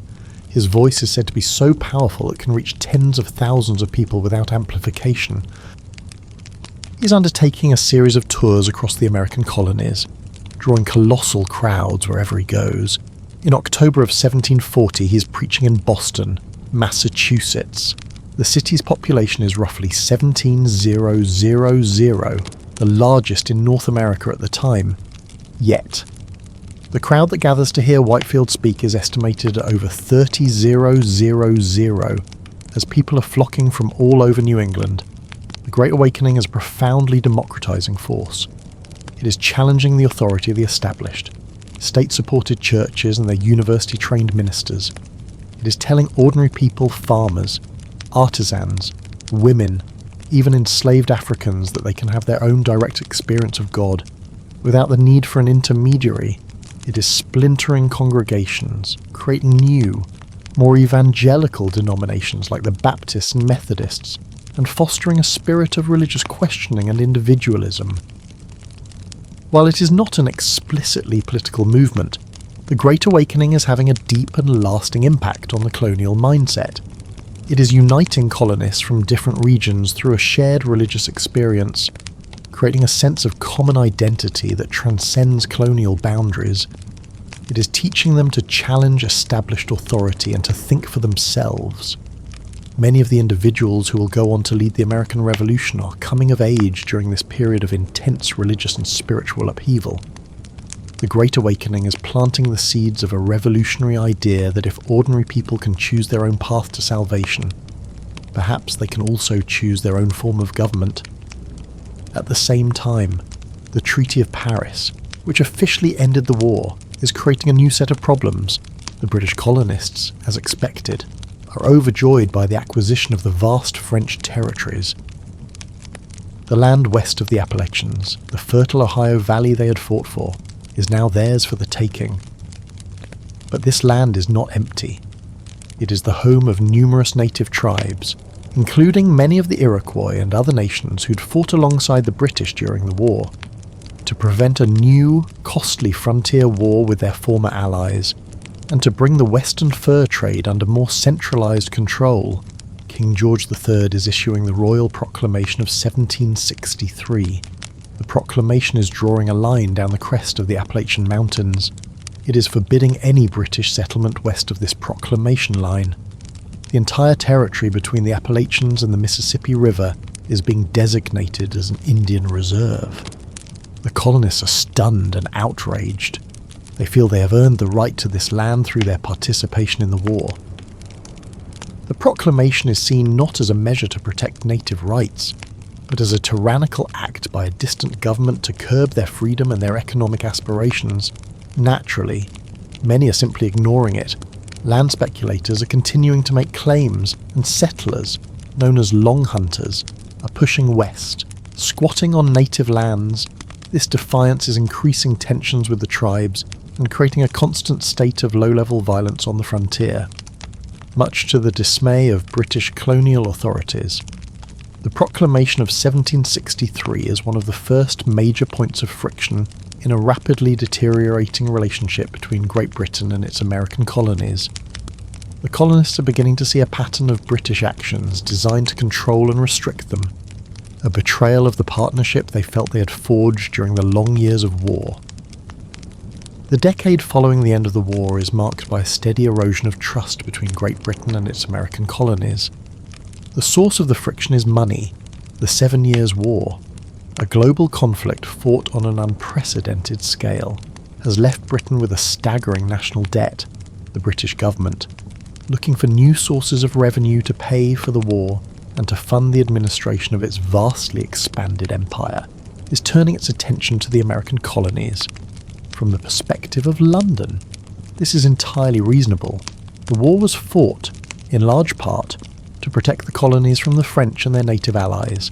A standing army of 10,000 British regulars is now being stationed in North America to garrison the new territories and police the frontier, a significant ongoing expense. It is only fair, the argument goes, that the colonists should contribute to the cost of their own defence. The colonists, however, are seeing the situation through a very different lens. They are viewing themselves as loyal British subjects, entitled to all the rights and liberties of Englishmen. The heart of the issue is not the amount of the taxes, which are, in fact, often quite low, but the principle of how they are being levied. The colonists have a long tradition of self-government, their own colonial assemblies levying their own local taxes. They believe that taxation without representation is a violation of their fundamental constitutional rights. The British Parliament is arguing that the colonists have virtual representation, that members of Parliament represent the interests of the entire empire, not just the specific districts that elected them. To the colonists, this is a hollow and insulting legal fiction. The rallying cry, "No taxation without representation," is beginning to echo through the port cities and farming villages of America.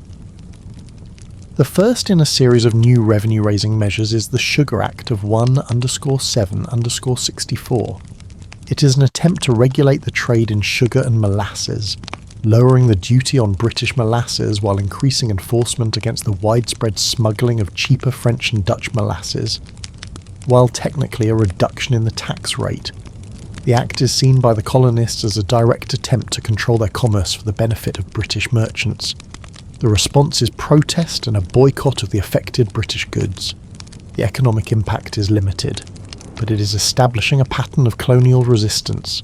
The following year, 1-7-65, Parliament is passing a far more inflammatory measure, the Stamp Act. This is the first ever direct tax levied by Parliament specifically on the American colonies.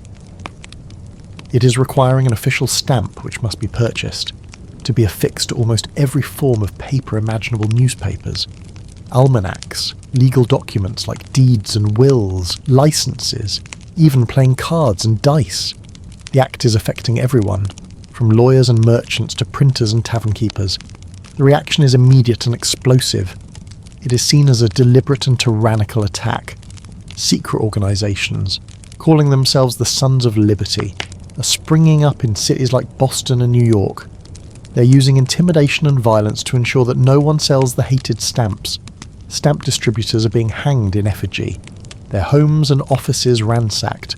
In Boston, a mob led by the Sons of Liberty is destroying the home of Lieutenant Governor Thomas Hutchinson, a symbol of royal authority. The violence is shocking, but a more organised political response is also taking shape. 9 colonies are sending delegates to the Stamp Act Congress in New York City. They are drafting a Declaration of Rights and Grievances, a formal petition to the King and Parliament. It is asserting that as British subjects, they cannot be taxed without the consent of their own elected representatives. The colonists are again turning to economic warfare. The boycott of British goods this time is far more organised and effective. Imports from Britain are plummeting. Merchants in London and Bristol are feeling the pinch and are adding their voices to the call for repeal. In England, the American statesman Benjamin Franklin is arguing the colonists' case before Parliament. He's warning them that continued attempts to tax the colonies directly will only lead to greater resentment and, eventually, to rebellion. In 1-7-66, a change in the British government is bringing a more sympathetic ministry to power. The Stamp Act is repealed. There is widespread celebration in the colonies. But on the very same day, Parliament is passing the Declaratory Act. It is a simple, stark assertion of parliamentary supremacy. It is stating that Parliament has the full right and power to make laws for the colonies in all cases whatsoever. Both sides are claiming victory. The Americans believe they have successfully defended their rights and that Parliament has learned its lesson. Parliament believes it has reasserted its ultimate authority while making a temporary concession. A dangerous door has been left open. The fundamental constitutional question of who holds the ultimate power to govern the colonies has not been resolved. It has only been postponed. The fragile truce brokered by the repeal of the Stamp Act is short-lived. In Great Britain, the economic crisis persists and the political winds are shifting again. The conciliatory government that repealed the Stamp Act is falling from power, criticised by hardliners for being weak and for having been manipulated by the American colonists. The new Chancellor of the Exchequer, Charles Townshend, is facing immense pressure to find new sources of revenue. In 1767, before his own untimely death, Townshend is pushing a new series of measures through Parliament. They will be known as the Townshend Acts. These acts are a more subtle, but no less provocative, attempt to assert parliamentary authority and raise money from the colonies. The Revenue Act is imposing new duties on imported goods like glass, lead, paper, paint, and most fatefully, tea.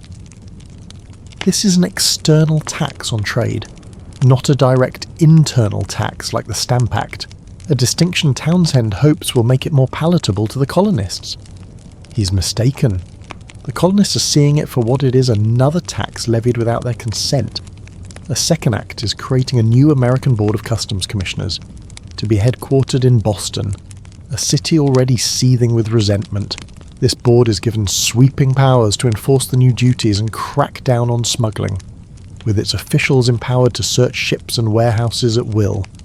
Another act is punishing the New York Assembly, suspending its legislative powers until it complies with the Quartering Act of 1765, which requires the colonies to provide housing and supplies for British troops.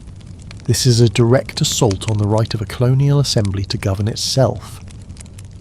Finally, the Indemnity Act is effectively lowering the price of tea from the British East India Company, making it cheaper than the smuggled Dutch tea that is so popular in the colonies. It is a move designed to bail out the struggling company and to entice the colonists into paying the new tea duty. The colonists are not enticed, they are enraged. The response is a torrent of political protest. Lawyers and farmers alike are putting pen to paper, their arguments against the acts filling the pages of pamphlets and newspapers. Committees of correspondence are being formed, linking the colonies in a network of shared information and coordinated resistance. The Sons of Liberty are active again, organising boycotts of the taxed British goods and inciting public anger. Boston is the epicentre of the unrest. The new customs commissioners are met with such hostility and threats of violence that they are forced to flee the city. This breakdown of royal authority is prompting the British government to take a fateful step. They are sending troops to occupy Boston, to restore order and protect the customs officials. In the autumn of 1768, 2 regiments of British regulars, their red coats a stark and unwelcome sight, are marching into the city and setting up camp. The presence of a standing army in a time of peace is a profound violation of English tradition and a constant source of friction. The soldiers, poorly paid, are competing with local labourers for part-time work, leading to brawls and resentment. The city is a powder keg. On the cold, snowy evening of March 5th, 1770, the inevitable explosion is occurring. A lone British sentry guarding the customs house is being taunted and harassed by a growing crowd of angry Bostonians. An argument is escalating. A young apprentice is struck by the soldier's musket, and the crowd is swelling, their anger fueled by the ringing of fire bells. Captain Thomas Preston and a small detachment of soldiers are arriving to relieve the beleaguered sentry. They are forming a defensive semicircle, their bayonets fixed. The crowd, now numbering in the hundreds, is pressing in, pelting the soldiers with snowballs, ice, and oyster shells, daring them to fire. Amid the chaos and shouting, a soldier is struck by a thrown object and falls, his musket discharging as he hits the ground. In the ensuing panic and confusion, the other soldiers are firing a ragged volley into the crowd. The smoke is clearing to reveal a scene of carnage on the snow-covered street. 3 colonists are dead on the spot. 2 more will die later from their wounds. One of the first to fall is Crispus Attucks, a man of mixed African and Native American descent. a former slave who has become a sailor. The event is immediately christened the Boston Massacre. The city is on the brink of an all-out riot. The British troops are withdrawn from the city centre to an island in the harbour to prevent further bloodshed. The incident is becoming a powerful piece of patriot propaganda. The trial of the soldiers is a media sensation. In a remarkable testament to the rule of law, the soldiers are defended by John Adams, a patriot leader who nonetheless believes deeply in the right to a fair trial. He is successfully arguing that the soldiers fired in self-defence, securing acquittals for 6 of the soldiers and a lesser charge of manslaughter for the other 2. Tensions are slowly receding, but the memory of the massacre, of British soldiers firing on British subjects, is a wound that will not heal. Following the shock of the Boston Massacre, a period of deceptive calm settles over the colonies. The British Parliament, facing the economic pressure of the colonial boycotts and recognising the political volatility of the situation, is backing down. In 1770 it is repealing most of the Townshend duties. All the taxes are lifted, with one symbolic exception, the tax on tea. This is a face-saving measure, a way for Parliament to maintain its claim to the right to tax the colonies while removing the most immediate sources of friction. For a time, the strategy seems to work. The colonial boycott collapses and trade with Britain resumes. A fragile prosperity returns. But the underlying constitutional issue remains unresolved, a dormant volcano of resentment waiting for a new eruption. The eruption is coming in 1773. The British East India Company, a massive corporation with deep ties to the British government, is facing financial collapse. It is sitting on a huge surplus of tea, millions of pounds of it rotting in its warehouses. To save the company from bankruptcy, Parliament is passing the Tea Act of 1773. The Act is not designed to raise revenue from the colonies, but to bail out the company. It is granting the East India Company a monopoly on the tea trade to the American colonies and is allowing it to sell its tea directly, bypassing colonial merchants. This makes the company's tea, even with the small Townshend duty, cheaper than any other tea, including the smuggled Dutch tea that many colonists prefer. From London's perspective, this is a clever solution, a win-win. The colonists get cheaper tea, and the East India Company is saved. But the colonists are seeing it as a Trojan horse. It is a cynical attempt to trick them into paying the hated tea tax and accepting Parliament's right to tax them. It is also a direct attack on their own colonial merchants, who are being cut out of the profitable tea trade. The principle of no taxation without representation is roaring back to life. The resistance is swift and organised. In cities like Philadelphia and New York, patriot groups are successfully preventing the tea ships from unloading their cargo. The ships are forced to turn back to England. But in Boston, the royal governor, Thomas Hutchinson, a staunch loyalist, is determined to enforce the law. He is refusing to allow the tea ships to leave the harbour until the duty is paid. A standoff is ensuing. The Sons of Liberty are seeing this as a direct challenge. On the night of December 16th, 1773, they are taking matters into their own hands. A large group of patriots, some disguised as Mohawk Indians to conceal their identities, is gathering at the Old South Meeting House. After a series of fiery speeches, they are marching down to Griffin's Wharf where the 3 tea ships, the Asterisk Dartmouth Asterisk, the Asterisk Eleanor Asterisk, and the Asterisk Beaver Asterisk, are docked. They are boarding the ships and, over the course of 3 hours, are methodically hoisting 342 chests of tea onto the decks, smashing them open with hatchets, and dumping the entire cargo into the cold waters of Boston Harbour. It is an audacious act of political theatre, a defiant and destructive protest that will become known as the Boston Tea Party. The financial loss is significant, equivalent to over $1 million in today's money. But the political impact is far greater. When news of the event reaches London, the reaction in Parliament is one of pure fury. The destruction of private property is seen as an act of rebellion that cannot be tolerated. The period of conciliation is over. The British government is now determined to punish Boston and to crush the spirit of resistance in Massachusetts once and for all. In 1774, Parliament is passing a series of punitive measures that the colonists will call the Intolerable Acts.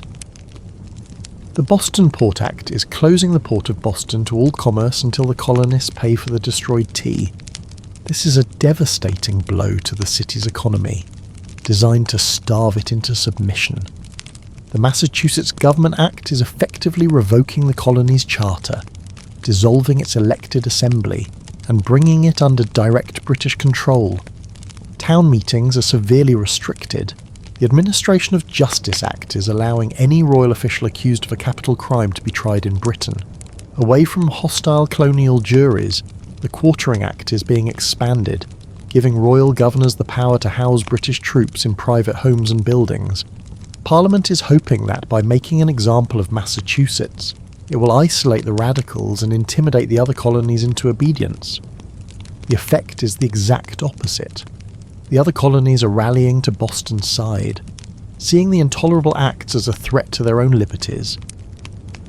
Food and supplies are pouring into Boston from across the continent. A new sense of unity, forged in shared outrage, is sweeping through the colonies. The acts are the final straw. In the autumn of 1774, delegates from 12 of the 13 colonies are gathering in Philadelphia. It is the First Continental Congress. They are meeting to coordinate a response to the Intolerable Acts, petitioning the king for a redress of grievances, and organising a new, more comprehensive boycott of British goods. The petition is receiving no reply. The path to rebellion is becoming clearer with each passing day. The winter of 1774 gives way to a tense and volatile spring. Massachusetts is a colony in a state of undeclared rebellion. The royal government has collapsed outside of Boston, and the countryside is being controlled by patriot committees and a newly formed provincial congress. Militias are drilling on town greens, their ranks swelling with farmers and artisans. Caches of weapons and gunpowder are being secretly gathered and stored in towns throughout the colony. In Boston, the British military governor, General Thomas Gage, is watching the rising tide of insurgency with growing alarm. He is under pressure from London to take decisive action, to disarm the rebels and arrest their leaders. He is receiving intelligence that a significant stockpile of militia supplies is located in the town of Concord, some 20 miles west of Boston. Gage is planning a swift, secret mission to seize and destroy these supplies. On the night of April 18th, 1775, he is dispatching a force of some 700 British regulars from Boston. The operation is meant to be a surprise, but the Patriot intelligence network is too effective. The Sons of Liberty are aware of the troop movements almost as soon as they begin. 2 riders, a silversmith named Paul Revere and a tanner named William Dawes, are sent out on separate routes to warn the countryside. Their famous ride is a desperate race against time, their voices cutting through the darkness with the urgent cry. The regulars are turning out. All through the night, alarm bells are ringing and signal fires are being lit. Minutemen, members of the colonial militia who have pledged to be ready at a minute's notice, are grabbing their muskets and powder horns, leaving their beds and converging on the road to Concord. The British column is marching through the night, their progress marked by the distant sound of church bells. As they approach the small village of Lexington, just a few miles from Concord, they are finding their path blocked on the town green in the pale, pre-dawn light. A small company of about 70 Lexington militiamen is standing assembled. Their captain, John Parker, a veteran of the French and Indian War, is instructing his men. Stand your ground, don't fire unless fired upon, but if they mean to have a war, let it begin here. The British commander, Major John Pitcairn, is ordering his troops to advance and is shouting at the militia to lay down their arms and disperse. The militia are holding their ground. A tense, silent standoff in the chilly morning air. Suddenly, a single shot is ringing out. To this day, no one knows for certain who fired it. It may have been a nervous militiaman, a jumpy British soldier, or someone watching from a nearby tavern. The source is irrelevant. The sound of that single shot is shattering the morning stillness and unleashing the pent-up anger and resentment of a decade. The British regulars, without orders, are firing a volley into the militia ranks. When the smoke clears, 8 Lexington men are dead or dying on the green, and another 10 are wounded. The militia are scattering, and the British are continuing their march to Concord. The war has begun at Concord. The British are finding that most of the military supplies have already been moved. They are destroying what they can find: some cannon barrels, a supply of flour, and are setting fire to the town's meeting house. From a ridge overlooking the town, the Concord militia, now reinforced by men from surrounding towns, are seeing the smoke rising, leaving the British are burning their homes. They're making a fateful decision.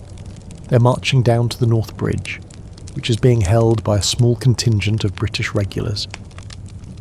As they advance, the British are firing a volley, killing Captain Isaac Davis of the Acton militia this time. The colonial commander is shouting the order: "Fire! Fellow soldiers, for God's sake, fire!" The militia are returning fire, and the British troops, outnumbered and caught in a bad position, are retreating back to the main force in the centre of town. The British expedition is now in grave danger. Realising their mission is a failure and that the entire countryside is now armed and waiting for them, they're beginning the long, agonising march back to Boston. The 20-mile road is becoming a gauntlet of death. From behind stone walls, trees and houses, thousands of colonial militiamen are pouring a relentless, harassing fire into the British column. It is not a conventional battle. It is a running, 20-mile-long ambush. The British regulars, trained for open field warfare, are being decimated by an enemy they can barely see. By the time the battered and exhausted survivors stumble back into the safety of Boston, nearly 300 of their number are killed, wounded, or missing. The colonial militia, their numbers now swelling to some 20,000, are surrounding the city, trapping the British army. The siege of Boston has begun.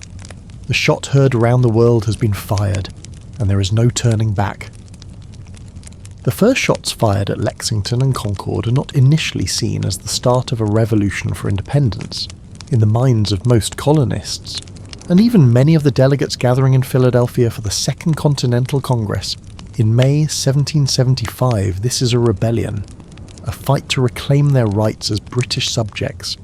They are seeking reconciliation, not separation, but the momentum of war, once started, has a logic of its own. The initial success of the militia in bottling up the British army in Boston is a powerful catalyst, fanning the embers of resistance into a full-blown flame. However, it is quickly becoming clear that this citizen army, a disparate collection of provincial militias, is no match for the disciplined might of the British Empire. If the colonies are to have any chance, they must unify. In June 1775, 2 months after the fighting began, the Continental Congress is taking a monumental step. While still professing loyalty to the Crown, they are voting to adopt the militia army around Boston as their own, creating a single, unified Continental Army. The next, and even more crucial, decision is who will lead it. The choice falls upon a delegate from Virginia, a man who has been attending the Congress in his old militia uniform. His name is George Washington. Washington is, in many ways, an unlikely choice. His battlefield record from the French and Indian War is mixed at best, but he possesses other, more essential qualities. He's a Virginian, and his appointment is a shrewd political move to ensure that the southern colonies, which have so far been spared the fighting, feel a stake in what is still largely a New England conflict. He has more military experience than any other delegate, and he exudes an aura of quiet authority and unwavering determination. He did not seek the command, but he accepts it, viewing it as his solemn duty. He is refusing any salary, asking only that his expenses be reimbursed in a unanimous vote. The Congress is appointing him General and Commander-in-Chief. Washington is immediately riding north to take command of the army besieging Boston. Before he arrives, another bloody battle is demonstrating the grim reality of the war ahead. The colonial militia are fortifying the high ground on the Charlestown Peninsula, overlooking Boston Harbour. They're intending to occupy Bunker Hill, but are mistakenly entrenching themselves on the lower Breeds Hill. Closer to the city, the British commanders, seeing the colonial earthworks as an intolerable threat, are deciding to launch a frontal assault to dislodge them. On June 17th, 1775 waves of British regulars are advancing up the hill into the teeth of the colonial defences. The militia, under the command of Colonel William Prescott, are ordered to hold their fire until they can see the whites of the British soldiers' eyes. The first two British assaults are repulsed with staggering casualties. The red-coated lines are shattered by the disciplined. Close-range fire from the redoubt, but on the third assault, the colonial militia are running out of gunpowder. The British are finally storming the earthworks, and the fighting is devolving into brutal, hand-to-hand combat with bayonets and musket butts. The militia are forced to retreat, leaving the hill to the British. The Battle of Bunker Hill is a tactical victory for the British, but it is a catastrophic one. They have taken the ground, but at a cost of over 1,000 killed and wounded. A shocking number of them officers. The battle is a revelation for both sides. The British are learning that the American militia are not just a rabble. They can and will stand and fight. The Americans are learning that courage alone cannot win a war. They need supplies, discipline, and a professional army. When Washington arrives outside Boston a few weeks later, he's finding not a disciplined army, but a sprawling, chaotic encampment of some 20,000 men. They're poorly supplied, with little formal training and a fierce independent streak that resists military authority. The soldiers from Massachusetts and Virginia are as different from each other as if they were from separate countries. In one early incident, a snowball fight between Marblehead fishermen and Virginia riflemen is escalating into a full-scale brawl that Washington himself must physically break up. Forging these disparate, provincial men into a unified fighting force will be one of the greatest challenges of his life. It will be a war unto itself. Through the long cold winter of 1775 and into 1776, General Washington is wrestling with the monumental task of transforming a disorganized militia into a professional army. The siege of Boston is grinding on, a stalemate of inaction. The British army is trapped in the city, but Washington's army lacks the heavy artillery needed to dislodge them. He's sending a young, energetic bookseller turned artilleryman named Henry Knox on an audacious mission. Knox's task is to travel to the recently captured Fort Ticonderoga in upstate New York and retrieve the heavy cannons there, a prize seized by Benedict Arnold and Ethan Allen in the early days of the war. Knox is undertaking a Herculean journey, using sleds and oxen to drag some 60 tons of cannons and mortars over 300 miles of frozen lakes, rivers, and the snow-covered Berkshire Mountains. It is a logistical miracle. In early March 1776, Knox's noble train of artillery is arriving outside Boston. Washington is wasting no time. Under the cover of darkness, his men are hauling the cannons up onto Dorchester Heights, a commanding position overlooking the city and the harbour. When the British awaken on the morning of March 5th, they are staring up at a formidable new battery of guns, capable of bombarding both their army in the city and their fleet in the harbour. The British commander, General William Howe, is facing an impossible choice: a bloody, uphill assault far more difficult than Bunker Hill, or evacuation. He's choosing to evacuate. On March 17th, 1776, the British fleet is sailing out of Boston Harbour, carrying the army and 1,000 loyalist refugees. The Continental Army is marching into the liberated city to the joyous cheers of its citizens. It is a massive strategic and morale-boosting victory for Washington. While Washington is managing the siege of Boston, the Continental Congress is directing a disastrous secondary campaign to the north. Believing the French-speaking Canadians will join them as a 14th colony, they are ordering an invasion of Quebec. One force under General Richard Montgomery is capturing Montreal, but a combined assault on Quebec City in a blinding winter storm ends in catastrophic failure. Montgomery is killed, Benedict Arnold is severely wounded, and a large portion of the American force is captured. The survivors are succumbing to smallpox and starvation. The Canada expedition is a dismal failure. With the British driven from Boston, Washington is moving his army south to occupy New York City. He knows it is a far more difficult position to defend, an island city vulnerable to the overwhelming power of the Royal Navy. The Congress is ordering him to hold the city, a strategically questionable decision driven by political necessity. Washington is uncertain his still untrained army is capable of standing up to the full might of the British, who are expected to return with a massive force. In Philadelphia, the political climate is undergoing a seismic shift. The Second Continental Congress is evolving from a body seeking reconciliation into the de facto government of a nation at war. A final, desperate plea for peace, the Olive Branch Petition, sent to King George III in July 1775, has been rejected. The king has declared the colonies to be in a state of open rebellion. A powerful pamphlet, Common Sense, written by Thomas Paine, is sweeping through the colonies, its plain, fiery language arguing for a complete and total break from England. It is attacking the very idea of monarchy and making a compelling case for American independence. A faction within the Congress, led by men like John Adams of Massachusetts and Benjamin Franklin of Pennsylvania, is now convinced that a return to the pre-war status quo is impossible. They're understanding that to win the war, they will need foreign aid, particularly from France.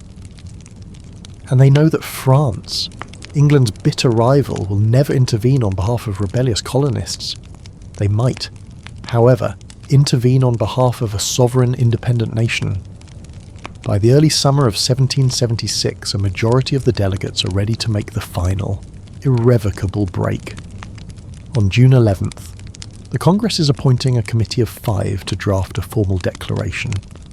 The task of writing the document falls primarily to a young, eloquent delegate from Virginia, Thomas Jefferson, for 17 days.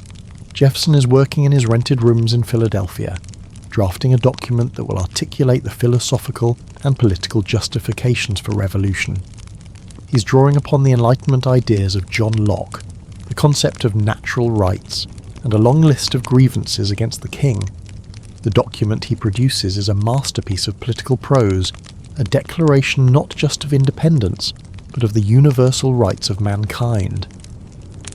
It is an assertion that all men are created equal, endowed with certain unalienable rights, including life, liberty, and the pursuit of happiness. It is a bold, radical, and world-changing statement. The draft of the Declaration of Independence is laid before the Continental Congress.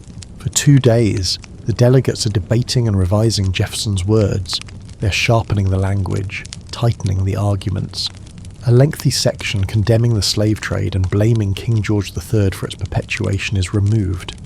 A painful compromise demanded by the delegates from South Carolina and Georgia to secure their support. The hypocrisy of decrying one form of tyranny while preserving another is a shadow that will haunt the new nation. Finally, on July 2nd, 1776, the Congress is voting unanimously for independence. 2 days later, on July 4th, the final, edited text of the Declaration of Independence is formally adopted. It is signed first, with a bold and defiant flourish, by John Hancock, the President of the Congress. The document is then sent to the printer to be distributed throughout the newly proclaimed states.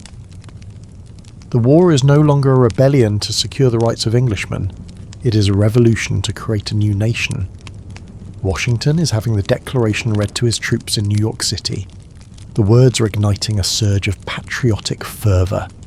The soldiers are tearing down a lead statue of King George III, melting it down to be cast into musket balls.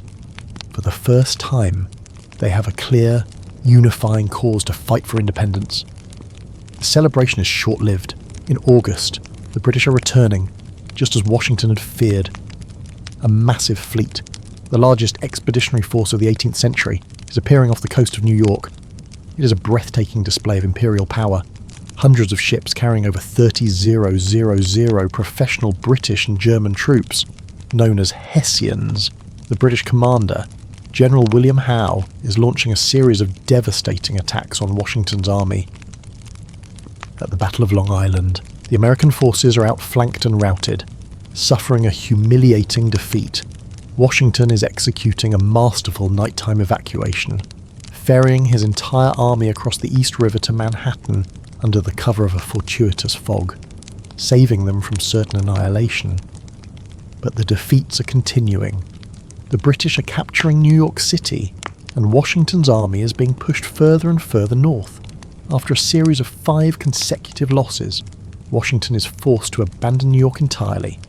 He's leading his battered and demoralised army on a long, bloody retreat across New Jersey. It is a desperate, fighting withdrawal, with the British army in hot pursuit. By late November 1776, the Continental Army has dwindled to just a few thousand men, their enlistments about to expire. They are ragged, hungry, and on the verge of collapse. They are crossing the Delaware River into Pennsylvania, putting the river between themselves and the pursuing British. The revolution is at its lowest ebb. Lord Howe is establishing a chain of garrisons across New Jersey to hold the territory for the winter, confident that the war is all but won. Washington knows that if he does not act, the cause is lost. The spirit of '76 is dying. He is devising a plan of breathtaking audacity, a desperate gamble to reignite the revolutionary fire. On the bitter cold night of December the 25th, 1776, he's planning to cross the ice-choked Delaware River and launch a surprise attack on the Hessian garrison at Trenton, New Jersey. The crossing is an ordeal. A brutal nor'easter is raging, with driving sleet and snow. The river is clogged with massive chunks of ice.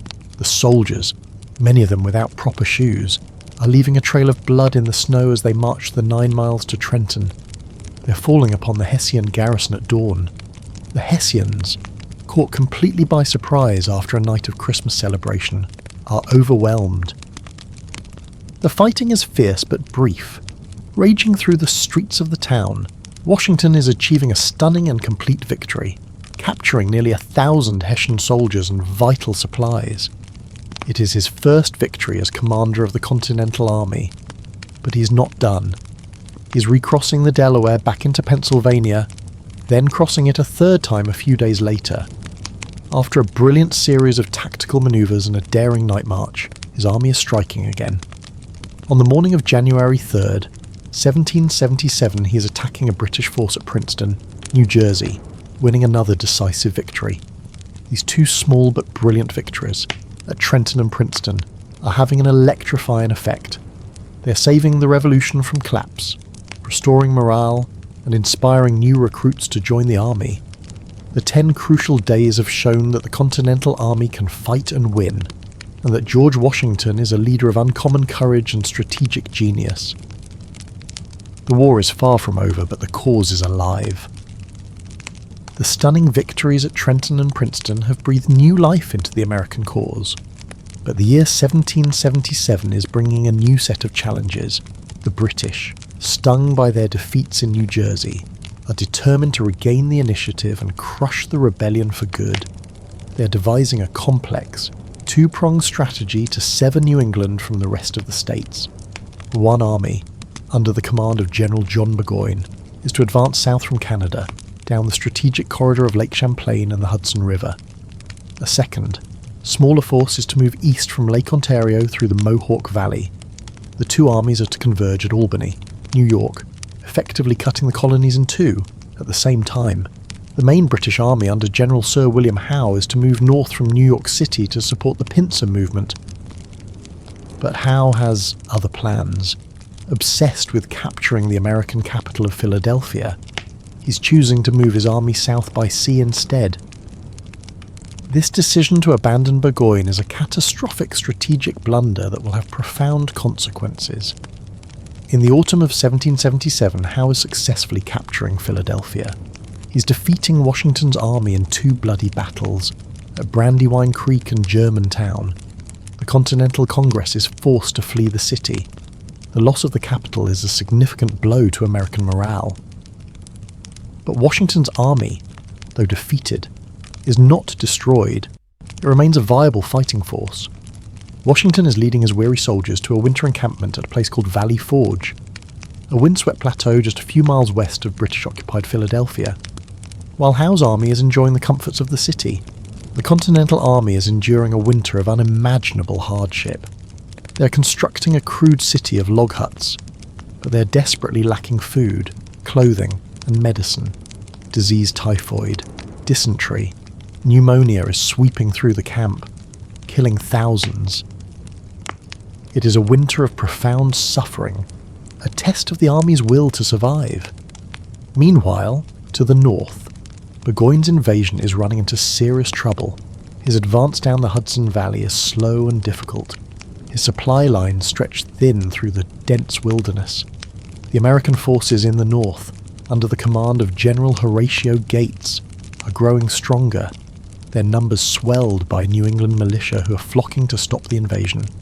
A series of pitched battles are fought near Saratoga, New York. In these engagements, the brilliant and aggressive leadership of one of Washington's subordinate generals, Benedict Arnold, is proving decisive. Arnold is leading from the front, defying Gates's cautious orders and inspiring his men to victory at the Battle of Bemis Heights. He's leading a charge that shatters the British lines, but he's severely wounded in the leg, an injury that will effectively end his fighting career.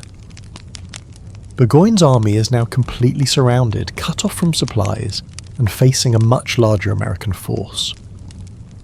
On October 17, 1777, he is forced to surrender his entire army, nearly 7,000 men.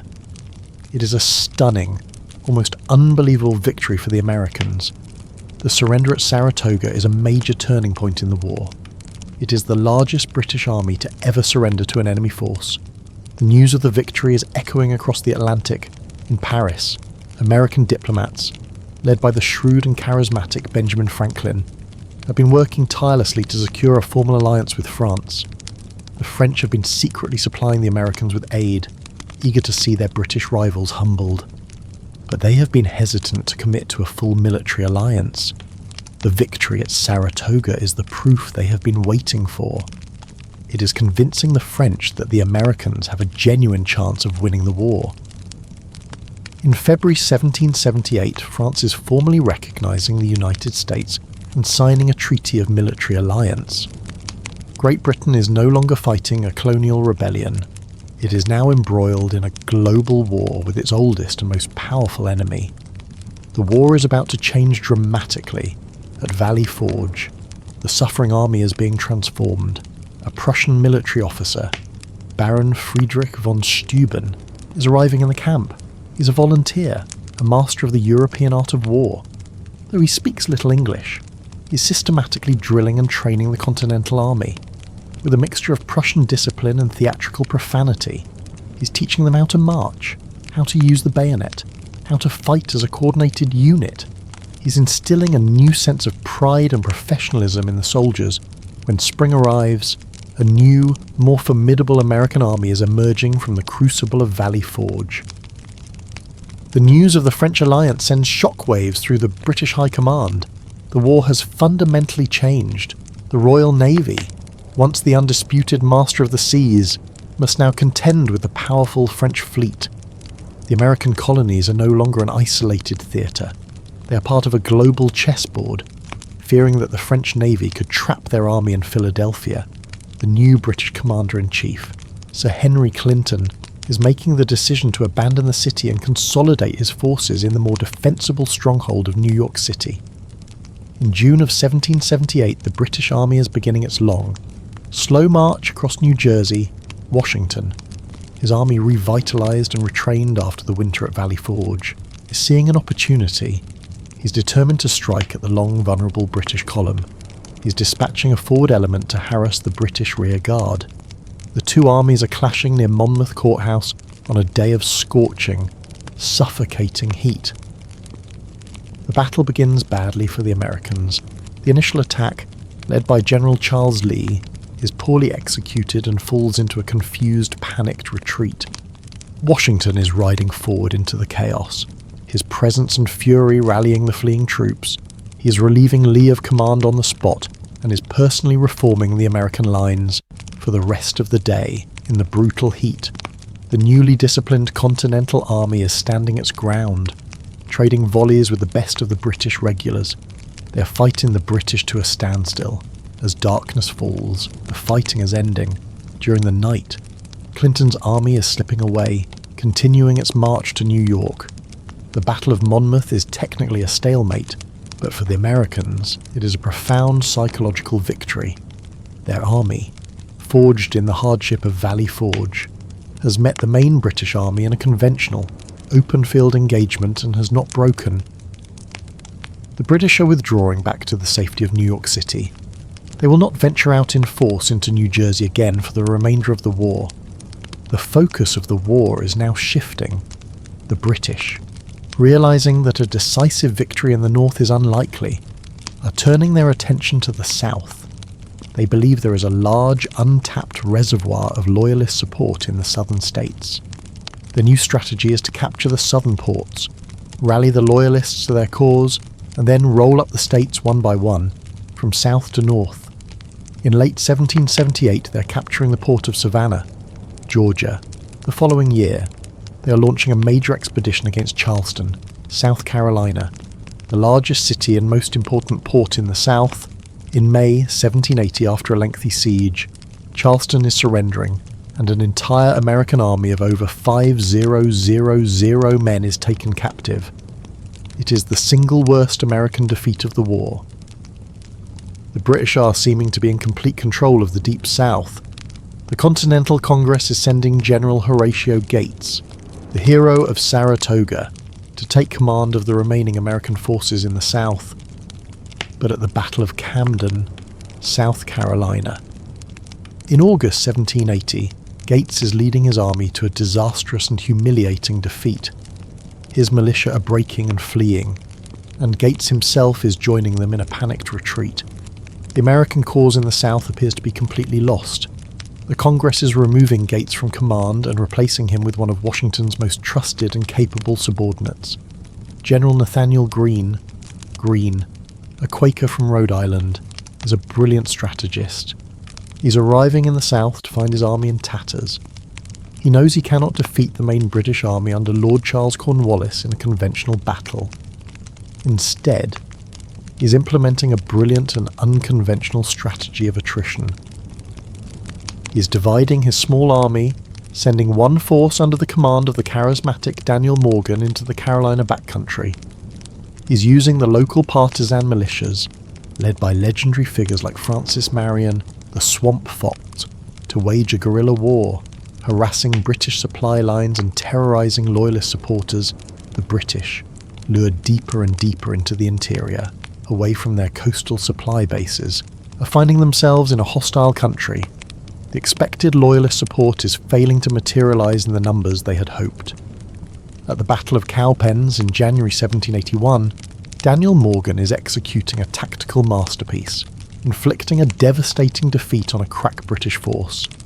Greene is then leading Cornwallis on a grueling chase across North Carolina, a race to the Dan, while Cornwallis is winning a costly victory at the Battle of Guilford Courthouse. His army is so battered and depleted that he's forced to abandon his campaign in the Carolinas and march his army north into Virginia to rest and refit. As Cornwallis moves north, Greene is turning his army back south, methodically recapturing the states of South Carolina and Georgia, forcing the remaining British forces back into their coastal enclaves of Charleston and Savannah. Greene's brilliant southern campaign has shattered the British strategy. Cornwallis has marched his exhausted army to a small Virginia port town on the Yorktown Peninsula, a place where he can be resupplied and reinforced by the Royal Navy. He's waiting for the fleet, confident in his position with his back to the sea. But a very different fleet is on its way. In the late summer of 1781, a complex and perfectly timed convergence of forces is beginning to take shape. A strategic masterpiece that will seal the fate of the war. General Washington, encamped with the main Continental Army outside of New York City, is receiving a critical piece of intelligence. A large French fleet, under the command of Admiral de Grasse, is sailing from the West Indies not to New York, but to the Chesapeake Bay. Washington is immediately seeing a golden opportunity. He is coordinating with the French commander of the Allied army in America, the Comte de Rochambeau, to execute a daring and deceptive plan. They are setting up an elaborate ruse to convince the British commander in New York, Sir Henry Clinton, that they are preparing a major assault on the city. They are building large army camps and bake ovens in New Jersey. visible to British spies, and are spreading false dispatches. While Clinton is bracing for an attack on New York, Washington and Rochambeau are secretly marching their combined American and French forces south. A journey of over 400 miles to Virginia. The march is a logistical marvel, executed with a speed and secrecy that is astounding for the time. In early September, Admiral de Grasse's fleet is arriving in the Chesapeake Bay. A British fleet under Admiral Thomas Graves is arriving shortly after to challenge them. At the naval battle of the Chesapeake, de Grasse is winning a decisive strategic victory. He is driving the British fleet back to New York, effectively cutting off any chance of rescue or reinforcement for Cornwallis's army at Yorktown. Cornwallis is trapped. His back is to a hostile sea controlled by the French, and his front is about to be besieged by the combined armies of Washington and Rochambeau, who are arriving in Virginia in late September. The Allied forces, numbering some 17,000 men, are completely surrounding Cornwallis's much smaller army of 9,000. The siege of Yorktown is beginning, a relentless, round-the-clock bombardment is commencing. The American and French artillery are systematically destroying the British fortifications. The Allies are digging siege trenches, moving their guns closer and closer to the British lines. Washington is personally overseeing the operation, at times exposing himself to enemy fire. Two key British redoubts, earthen forts that are critical to the outer defences, are becoming the focus of the Allied assault. On the night of October 14th, a coordinated attack is launched. A French force is storming one redoubt, while an American force, led by Washington's young and ambitious aide-de-camp, Alexander Hamilton, is storming the other. The attacks are swift, fierce, and successful. The capture of these redoubts is allowing the Allies to complete their second siege line, bringing their cannons to bear on the main British positions at point-blank range. Cornwallis's situation is now hopeless. His defences are crumbling. His troops are suffering from disease and the constant bombardment, and there is no hope of escape. He's attempting a desperate evacuation across the York River, but a violent squall is scattering his boats. On October 17th, 1781, 4 years to the day after the British surrender at Saratoga, a lone British drummer boy is mounting the parapet of the British defences. Beating the signal for a parley, a British officer is waving a white handkerchief. The fighting is stopping. Cornwallis is requesting terms of surrender. 2 days later, on October 19th, the formal surrender is taking place. The defeated British army is marching out from their fortifications, their colours cased, between two long lines of silent American and French soldiers. Cornwallis, claiming to be ill, is sending his second-in-command, General Charles O'Hara, to surrender his sword. O'Hara is first attempting to surrender to the French commander. Rochambeau, a final, petty insult to the Americans. Rochambeau is refusing, directing him to General Washington. Washington, in turn, is directing O'Hara to surrender to his own second-in-command, General Benjamin Lincoln, the same general who had been forced to surrender to the British at Charleston. As the British soldiers are laying down their arms, their military band is reportedly playing a popular tune of the day, "The World Turned Upside Down." The surrender at Yorktown is the last major military action of the American Revolution. When news reaches London, the Prime Minister, Lord North, is reportedly crying out, "Oh God, it is all over." He is right. The will to continue the war in Britain is collapsing. Peace negotiations are beginning in Paris. They will drag on for nearly 2 years, but the outcome is no longer in doubt. The United States of America, a nation conceived in protest and born in war, has won its independence. While the war for independence is raging, a parallel struggle is taking place within the Continental Congress, the struggle to create a government. The Declaration of Independence has severed ties with Great Britain, leaving the 13 newly independent states in a political vacuum. They're united by a common enemy, but they are still 13 separate and sovereign entities, each with its own interests and deep-seated suspicions of centralised power. The need for a formal framework to govern their union is urgent. In the same month that independence is declared, The Congress is appointing a committee to draft a constitution. The result, adopted on November 15th, 1777's the Articles of Confederation. It is less a blueprint for a national government and more a formal league of friendship between the states. The Articles are a direct reflection of the colonists' fear of the powerful, centralised government they have just fought to escape. The document is creating a deliberately weak central government. There is no president, no executive branch to enforce the laws. There is no national judiciary to interpret them. There is only a single legislative body, the Congress of the Confederation, in which each state, regardless of its size or population, has one vote. The powers granted to this Congress are severely limited. It can declare war, negotiate treaties, and manage relations with native tribes, but it has no power to tax. It can only request funds from the states, which are often unwilling or unable to pay. It cannot regulate interstate commerce, leading to economic disputes and tariff wars between the states. To pass any significant legislation requires the approval of 9 of the 13 states, and to amend the articles themselves requires a unanimous vote, making any meaningful change virtually impossible. During the war, the articles are barely functional. They are providing just enough structure to allow the Congress to conduct the war and deal with foreign nations. But after the Treaty of Paris is officially ending the war in 1783, the weaknesses of the Articles are becoming glaringly apparent. The new nation is facing a host of crises that its feeble government is powerless to address. The country is drowning in debt from the war, but the Congress cannot raise revenue to pay its soldiers or its foreign creditors. The states are printing their own money, leading to rampant inflation and economic chaos.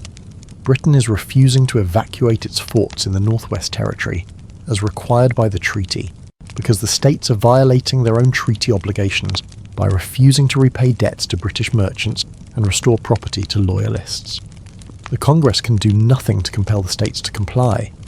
The United States is gaining its independence on the world stage, but at home, it is teetering on the verge of collapse. The breaking point is coming in the autumn of 1786 in western Massachusetts. The state government, dominated by Eastern creditors, is imposing heavy taxes to pay off its war debt. Farmers in the West, many of them Revolutionary War veterans who have not been paid for their service, are facing financial ruin. Their farms are being foreclosed upon, and they are being thrown into debtor's prison. A veteran named Daniel Shays is leading an armed uprising of some 100-200 farmers. They're marching on the courts, shutting them down to prevent any more foreclosures. They're attempting to seize the federal arsenal at Springfield. The rebellion is eventually put down by the Massachusetts state militia, but it is sending a shockwave across the country. Shays' rebellion is a terrifying spectacle for the nation's leaders. It is revealing the utter impotence of the national government, which was powerless to intervene. It is a stark warning that the Republic is descending into anarchy and mob rule. To men like George Washington, Alexander Hamilton, and James Madison, it is clear that the Articles of Confederation are a failure. The nation needs a stronger, more effective central government, one with the power to tax, to regulate commerce, and to maintain order. The alternative is disunion and civil war. A convention is being called, ostensibly to amend the Articles. In May of 1787, delegates from 12 states are gathering in Philadelphia. In the same room where the Declaration of Independence was signed, they are soon realizing that simply amending the Articles is not enough. They're deciding to scrap them entirely and to draft a new constitution, a bold and radical act of political reinvention. They are closing the windows and swearing themselves to secrecy, embarking on a 4-month-long debate that will determine the future of the nation. The Constitutional Convention of 1787 is a gathering of the nation's most formidable political minds. George Washington is presiding, his presence lending an essential gravity and legitimacy to the proceedings. The delegates are facing a monumental task to create a government that is strong enough to be effective, yet not so strong that it threatens the liberties of the people. The debates are intense. fueled by competing interests and deeply held philosophical differences. The central conflict is between the large states and the small states. The Virginia Plan, proposed by James Madison, is advocating for a powerful national government with a bicameral legislature where representation is based on population. The small states, fearing they will be dominated by their larger neighbours, are countering with the New Jersey Plan, which calls for a unicameral legislature with equal representation for each state. The convention is reaching a stalemate, on the verge of collapse. The solution is the Great Compromise. It is proposing a two-house legislature. The lower house, the House of Representatives, will have representation based on population, pleasing the large states. The upper house, the Senate, will have equal representation, with 2 senators from each state, satisfying the small states. Another contentious issue is slavery. The southern states are demanding that their enslaved population be counted for the purposes of representation in Congress, while refusing to count them for the purposes of taxation. The northern states are arguing the opposite. The result is another ugly compromise, the 3/5 compromise. It is decreeing that for both representation and taxation, 3/5 of the enslaved population will be counted. It is a cynical bargain that enshrines the institution of slavery in the nation's founding document. The delegates are also grappling with the structure of the national government itself. Drawing on the ideas of the French philosopher Montesquieu, they are designing a system of checks and balances, a government of separated powers. They are creating 3 distinct branches: the legislative, the executive, and the judicial. The legislative branch, the Congress, is given the power to make laws, to tax, to declare war, and to control the nation's finances. The executive branch, led by a powerful new figure, the President, is given the power to enforce the laws, to conduct foreign policy, and to command the armed forces. The judicial branch, headed by a Supreme Court, is given the power to interpret the laws. Each branch is given specific powers to check the others, preventing any one branch from becoming too powerful. The presidency itself is a subject of fierce debate. Some are fearing a powerful single executive will become a new king. Others are arguing for a strong leader to provide energy and direction to the government. They are settling on a single president, to be elected not by popular vote, but by a complex system known as the Electoral College, and to serve a 4-year term. After 4 months of intense debate and compromise, the final document is drafted. It begins with the revolutionary words, "We the people of the United States," a profound declaration that the ultimate source of governmental authority is not the states, but the people themselves. In September 1787, the new constitution is signed by the delegates. But their work is not done.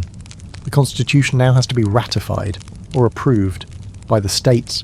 The Articles of Confederation required a unanimous vote, a standard the new constitution is unlikely to meet. The delegates are making a bold move. They are decreeing that the constitution will go into effect once it is ratified by 9 of the 13 states. The document is sent to the states, and a fierce public debate is erupting. 2 opposing factions are quickly forming.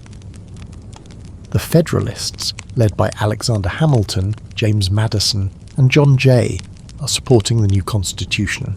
They're arguing that a strong central government is essential for the nation's survival. To make their case, they're writing a series of 85 brilliant essays, published in newspapers under the pseudonym Publius. These essays, known as the Federalist Papers, are a masterful defense of the new constitution, explaining its principles and a classic of political theory. On the other side are the anti-federalists. They're a diverse group, including prominent figures like Patrick Henry and George Mason. They're fearing that the new government will be too powerful, that it will crush the states and trample on the rights of the people. Their most powerful argument is the Constitution's lack of a Bill of Rights, a formal declaration protecting individual liberties like freedom of speech, religion, and the press. The ratification struggle is intense, a war of words fought in state conventions, pamphlets, and town squares. One by one, the states are debating and voting. Delaware is the first to ratify, followed by Pennsylvania, New Jersey, Georgia, and Connecticut. In Massachusetts, a key battleground state, the Federalists are winning a narrow victory by promising to support the addition of a Bill of Rights. On June 21, 1788, New Hampshire is becoming the 9th state to ratify. The Constitution is now officially the new law of the land. The great experiment in self-government is about to begin. With the Constitution ratified, the machinery of the new federal government is slowly grinding into motion. In early 1789, the first national elections are held. As everyone expects, George Washington is unanimously elected the first president of the United States. John Adams, having received the second highest number of electoral votes, becomes his vice president on April 30th, 1789, on the balcony of Federal Hall in New York City, the temporary capital. Washington is taking the oath of office. He is acutely aware that his every action will set a precedent for the future of the presidency and the nation. He is determined to create a government that commands respect both at home and abroad. Washington, though he dislikes political factions, is leaning toward the Federalist vision of a strong national government. He is choosing his cabinet wisely, assembling a team of the most brilliant and capable minds of the age, deliberately including men with opposing viewpoints. He is appointing Alexander Hamilton, a staunch Federalist, as his Secretary of the Treasury. He's choosing Thomas Jefferson, a leading voice of the anti-Federalist, now Democratic Republican, cause, as his Secretary of State. Henry Knox, his trusted artillery chief from the war, becomes Secretary of War, and Edmund Randolph is appointed Attorney General. The new government's most pressing challenge is the nation's dire financial situation. The country is saddled with a massive debt from the Revolution, owed to foreign nations, wealthy merchants, and its own soldiers. The task of resolving this crisis falls to the energetic and ambitious Alexander Hamilton. Hamilton is proposing a bold and controversial economic plan. He's arguing that the federal government should assume the war debts of the individual states, consolidating them into a single national debt. He believes this will bind the wealthy creditors to the success of the new government. He is also proposing the creation of a Bank of the United States, a national bank modelled on the Bank of England, to manage the government's finances, issue currency, and provide a stable credit system. Finally, he's advocating for tariffs on imported goods and a tax on whiskey to raise revenue. Hamilton's plan is igniting a fierce political battle. Thomas Jefferson and James Madison are leading the opposition. They're arguing that Hamilton's plan favours northern merchants and speculators at the expense of southern farmers. They're fearing that the national bank is unconstitutional and that a large national debt will create a permanent, powerful financial class that will corrupt the government. This debate is crystallising the formation of the nation's first political parties, the Federalists, who support Hamilton's vision of a strong, centralised commercial republic, and the Democratic Republicans, who favour Jefferson's vision of a more agrarian republic with a limited federal government and greater power for the states. A compromise is eventually reached. Jefferson and Madison are agreeing to support Hamilton's debt assumption plan. In return, Hamilton is agreeing to support their desire to locate the permanent national capital in the South. A site is chosen on the banks of the Potomac River, a new federal district that will be named Washington, in honour of the first president. Washington is also facing challenges on the frontier. In 1791, Congress, at Hamilton's urging, is passing an excise tax on domestically distilled spirits. This whiskey tax is deeply unpopular with farmers in western Pennsylvania, for whom whiskey is not just a drink, but a form of currency and a way to transport their surplus corn to market. In 1794, their resentment is boiling over into an armed insurrection known as the Whiskey Rebellion. Tax collectors are being tarred and feathered, and rebels are threatening to march on Pittsburgh. Washington is responding with decisive force. He sees the rebellion not as a protest, but as a direct challenge to the authority of the new federal government. He's invoking his power as commander-in-chief, calling up some 13,000 militia from several states. He is personally riding at the head of the army as it marches into western Pennsylvania. The sheer show of force is enough to crush the rebellion without a major battle. The leaders are arrested, and order is restored. The Whiskey Rebellion is a crucial test for the new government.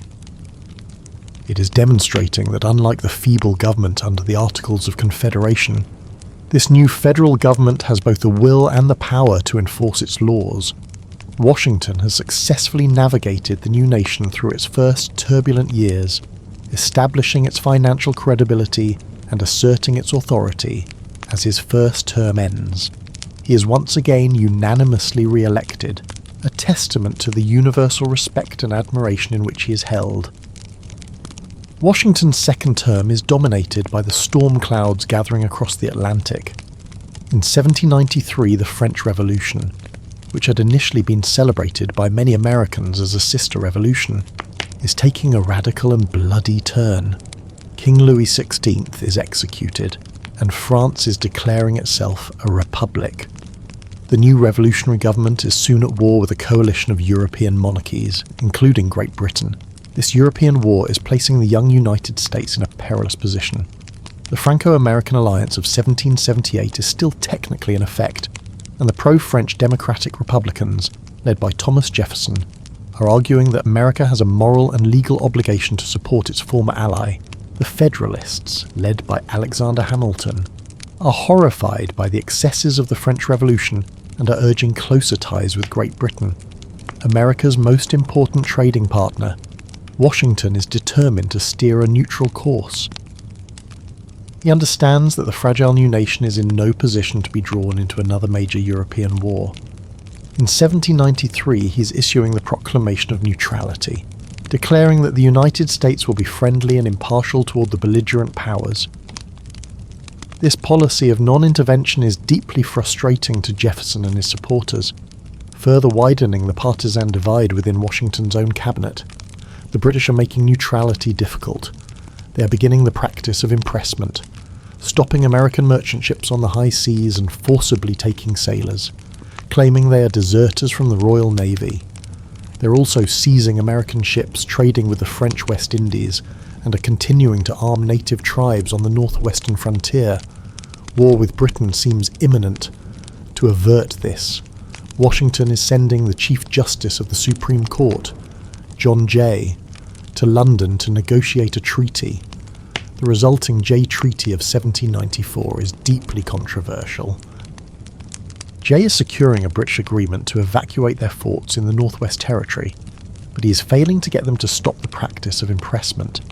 The treaty is also granting favourable trade status to Britain, which is seen by the Democratic Republicans as a betrayal of France and a capitulation to British arrogance. The treaty is narrowly ratified by the Senate amidst a storm of public protest. The growing political rift within his administration is a source of great distress for Washington. He's deeply troubled by the rise of political parties, which he warns in his farewell address will lead to the alternate domination of one faction over another, sharpened by the spirit of revenge. After 2 terms, Washington is making his final, and perhaps most important, presidential decision. He's choosing to step down. In doing so, he's establishing the crucial precedent of a peaceful transfer of power, rejecting any notion of a presidency for life. The election of 1796 is the first contested presidential election in American history. John Adams, the Federalist vice president, is facing off against his old friend and new political rival, Thomas Jefferson. Adams is winning by a narrow margin, and under the constitutional rules of the time, Jefferson, as the runner-up, becomes his vice president, a recipe for a divided and contentious administration. Adams is inheriting a foreign policy crisis. The French, enraged by the Jay Treaty, are retaliating by seizing American merchant ships. Adams is sending a diplomatic mission to Paris to negotiate a resolution. The French foreign minister is refusing to meet with the American diplomats and is instead sending 3 secret agents, referred to in the American dispatches as X, Y, and Z, to demand a large bribe just to begin negotiations. When news of this XYZ affair reaches America, it is causing a public uproar. The slogan "Millions for Defense, but not 1 cent for tribute" is sweeping the country, an undeclared naval war, known as the Quasi-War, is breaking out between the United States and France. At home, the Federalist-controlled Congress is exploiting the war fever to pass a series of repressive laws known as the Alien and Sedition Acts. These acts are making it harder for immigrants to become citizens, are giving the president the power to deport any alien deemed dangerous, and are making it a crime to publish any false, scandalous, and malicious writing against the government. These acts are a clear attempt to silence the democratic Republican press and to crush political opposition. They're a blatant violation of the principles of free speech, and they backfire badly, making Adams and the Federalists deeply unpopular in the final year of his presidency. Adams is making a courageous and politically costly decision. He is defying the hardline Federalists in his own party and is sending a new peace mission to France. This time, the negotiations are successful and a treaty is signed, ending the Quasi-War. Adams is sacrificing his own political future for the sake of peace. In 1800, he and his wife, Abigail, are becoming the first presidential family to live in the new, still unfinished executive mansion in the capital city of Washington. His peace with France, however, is not enough to save his presidency. In the election of 1800, he is defeated by Thomas Jefferson in a bitter and divisive contest that will signal a new direction for the nation. The election of 1800 is a watershed moment, a revolution, as Thomas Jefferson himself calls it. It marks the first peaceful transfer of power from one political party to another in American history. A remarkable achievement for the young republic. Jefferson's presidency is ushering in a new era, a departure from the Federalist vision of a strong, centralized commercial nation. He's determined to implement his own philosophy of a limited, frugal government and an agrarian society of yeoman farmers. His inauguration is a study in calculated simplicity. He's walking to the Capitol from his boarding house, delivering his address in a quiet voice, a stark contrast to the formal, aristocratic style of his predecessors.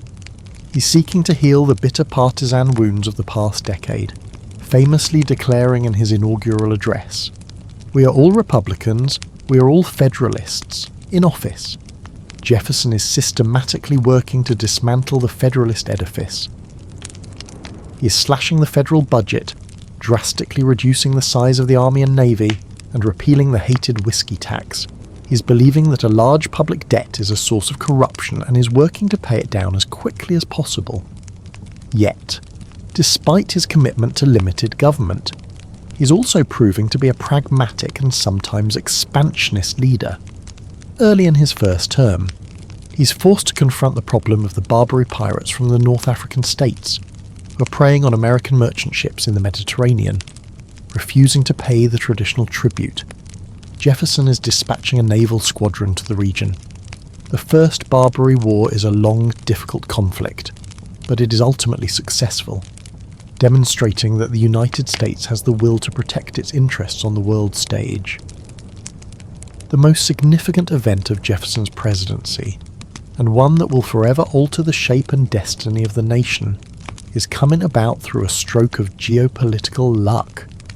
In 1800, Spain has secretly ceded the vast Louisiana territory back to France. Now, under the rule of the ambitious Napoleon Bonaparte, Jefferson is alarmed by the prospect of a powerful French empire on America's western border, controlling the vital port of New Orleans and the Mississippi River, the main artery of commerce for western farmers. He's sending diplomats to Paris with instructions to purchase New Orleans and West Florida. Napoleon, however, is facing a series of setbacks. A slave rebellion in the French colony of Saint-Domingue, modern-day Haiti, has defeated his army, and a renewed war with Great Britain is imminent. He needs money, and the dream of a North American empire is fading. In a stunning and unexpected move, he's offering to sell not just New Orleans, but the entire Louisiana territory to the United States. The American diplomats are flabbergasted. For the bargain price of $15 million, about 3 cents an acre, they can double the size of their country. They're quickly accepting the offer. The Louisiana Purchase of 1803 is a monumental achievement. But it's also presenting Jefferson with a profound constitutional dilemma. The Constitution does not explicitly grant the president the power to acquire new territory. As a strict constructionist, Jefferson is deeply troubled by this. However, the opportunity is too great to pass up. He is setting aside his constitutional scruples, arguing that the purchase is an implied power of the presidency, the Senate is ratifying the treaty, and the United States is instantly transformed. It is now a continental nation, its territory stretching from the Atlantic to the Rocky Mountains. To explore this vast new domain, Jefferson is commissioning the Corps of Discovery, an expedition to be led by his personal secretary, Meriwether Lewis, and an army officer, William Clark. Their mission is to find a water route to the Pacific, to map the new territory, to establish peaceful relations with the native tribes, and to document the region's geography, plants and animals. Over the course of 2 years, the Lewis and Clark expedition is undertaking an epic journey up the Missouri River, across the Rocky Mountains, and down the Columbia River to the Pacific Ocean, aided by a young Shoshone woman named Sacagawea, who serves as an interpreter and a symbol of peace. They are making contact with dozens of tribes and are gathering a wealth of scientific and geographic information. Their journey is capturing the nation's imagination and is opening the door to future American expansion into the West. Jefferson's second term is more difficult. Marred by the escalating Napoleonic Wars in Europe, both Britain and France are violating American neutrality, seizing ships and impressing sailors. But in response, Jefferson, seeking to avoid war, is implementing a policy of economic coercion. The Embargo Act of 1807 is prohibiting all American ships from trading with foreign ports. The policy is a complete disaster. It devastates the American economy, particularly in New England.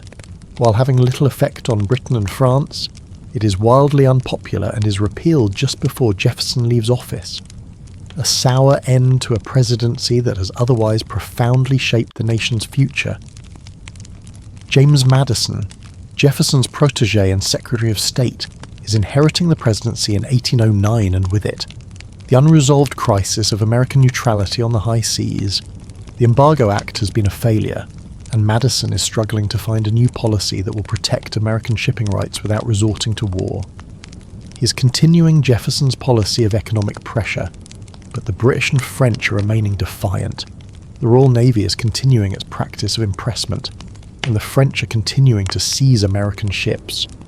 The pressure for a more forceful response is growing within the United States, particularly from a group of young, aggressive congressmen from the West and South, known as the War Hawks, and led by charismatic figures like Henry Clay of Kentucky and John C. Calhoun of South Carolina. They are demanding war with Great Britain. They are fueled by a new wave of American nationalism, a desire to defend the nation's honour, and a belief that war is the only way to end the British practice of impressment. They're also driven by a desire for territorial expansion, coveting British Canada in the north and Spanish Florida in the south. Tensions are also escalating on the western frontier, a powerful confederacy of native tribes, led by the brilliant Shawnee chief Tecumseh and his brother. A spiritual leader known as the Prophet is forming to resist the relentless westward expansion of American settlers. The Americans are suspecting, with some justification, that British agents in Canada are arming and encouraging Tecumseh's confederacy. In 1811, while Tecumseh is away, an American force under William Henry Harrison is attacking and destroying the Confederacy's main village at Tippecanoe Creek. The battle is a major blow to the Native Alliance, and it further inflames anti-British sentiment in the West. The final straw is coming when British warships are blatantly attacking American vessels just off the American coast. Madison, his diplomatic efforts exhausted and under immense pressure from the War Hawks, is finally giving in. On June 1st, 1812, he's asking Congress to declare war on Great Britain. The vote is close, revealing a deeply divided nation. The commercial states of New England, whose economy is dependent on trade with Britain, are staunchly opposed to the war. The southern and western states are overwhelmingly in favour. The United States is entering the War of 1812 dangerously unprepared. The army is small, The navy is minuscule compared to the British fleet, and the country is financially and politically divided. The initial military campaigns are a series of humiliating disasters. A three-pronged invasion of Canada is failing spectacularly. 2 of the American armies are forced to surrender, and the third is beaten back. The only notable success is the American capture and burning of York, modern-day Toronto, the provincial capital of Upper Canada, an act that the British will not forget. While the army is struggling on land, the small American Navy is achieving a series of stunning victories at sea in a series of single-ship duels. American frigates like the USS Constitution are defeating their British counterparts. The Constitution earns the nickname Old Ironsides when British cannonballs are seen bouncing harmlessly off its thick oak hull. These naval victories are a tremendous boost to American morale, but they do little to change the overall strategic situation. The British, preoccupied with their war against Napoleon in Europe, are initially unable to devote their full resources to the American conflict. But with Napoleon's defeat in 1814, they are free to turn their full attention to the United States. They are launching a major offensive, attacking American positions along the Chesapeake Bay with the goal of capturing the capital, Washington, D.C. In August 1814, a British force is landing and marching on the city. A hastily assembled American defence at Bladensburg, just outside the capital, is collapsing into a panicked rout. The city is left open to attack. President Madison and the government are forced to flee. As the British troops are entering the city, the First Lady, Dolly Madison, is courageously remaining in the White House long enough to direct the rescue of the famous Gilbert Stuart portrait of George Washington, saving it from destruction. The British are occupying the city and are putting it to the torch in retaliation for the American burning of York. The still unfinished Capitol building, the White House, and other government buildings are set ablaze. It is the nadir of the war for the United States. As the city is burning, a sudden, violent hurricane is sweeping through, extinguishing many of the fires and forcing the British to retreat back to their ships. The British are then turning their attention to the city of Baltimore, but their naval bombardment of Fort McHenry, which guards the city's harbour, is failing to subdue the American defenders. After a night of relentless shelling, the American flag is still flying over the fort at dawn. The sight is inspiring a young lawyer named Francis Scott Key, who is watching the battle from a British ship. To pen a poem he calls The Defence of Fort McHenry. The poem, set to the tune of a popular British song, will one day become the national anthem of the United States, the Star-Spangled Banner. Unbeknownst to the combatants, peace negotiations have been underway in Ghent, Belgium. In December 1814 a treaty is signed, officially ending the war, but news travels slowly. In January 1815 a final major battle is fought. A large British force is attempting to capture New Orleans and seize control of the Mississippi River. They are met by a motley American army of regulars, militia, pirates, and free black soldiers, commanded by a fiery and aggressive general named Andrew Jackson. Jackson's forces are inflicting a crushing defeat on the British, a stunning victory that makes him a national hero. The Battle of New Orleans is fought after the war is officially over, but it has a powerful psychological impact, convincing many Americans that they have won the war. The Treaty of Ghent, in reality, is restoring the pre-war status quo. No territory is exchanged. The issue of impressment is not even mentioned. In many ways, the War of 1812 is a draw, but for the United States, it is a second war of independence, a conflict that forges a new sense of national identity and earns the respect of the European powers. For the native tribes who sided with the British, however, it is a catastrophe.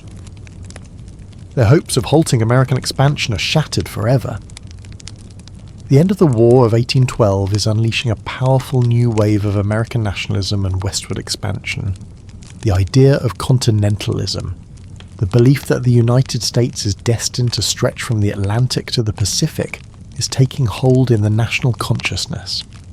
While the Treaty of Ghent has not added any new territory, The vast expanse of the Louisiana Purchase is a beckoning frontier. A series of diplomatic treaties with Great Britain and Spain in the years following the war are further defining the nation's borders and fueling the public's appetite to fulfill this continental dream. In 1823, President James Monroe is issuing a bold declaration to the European powers.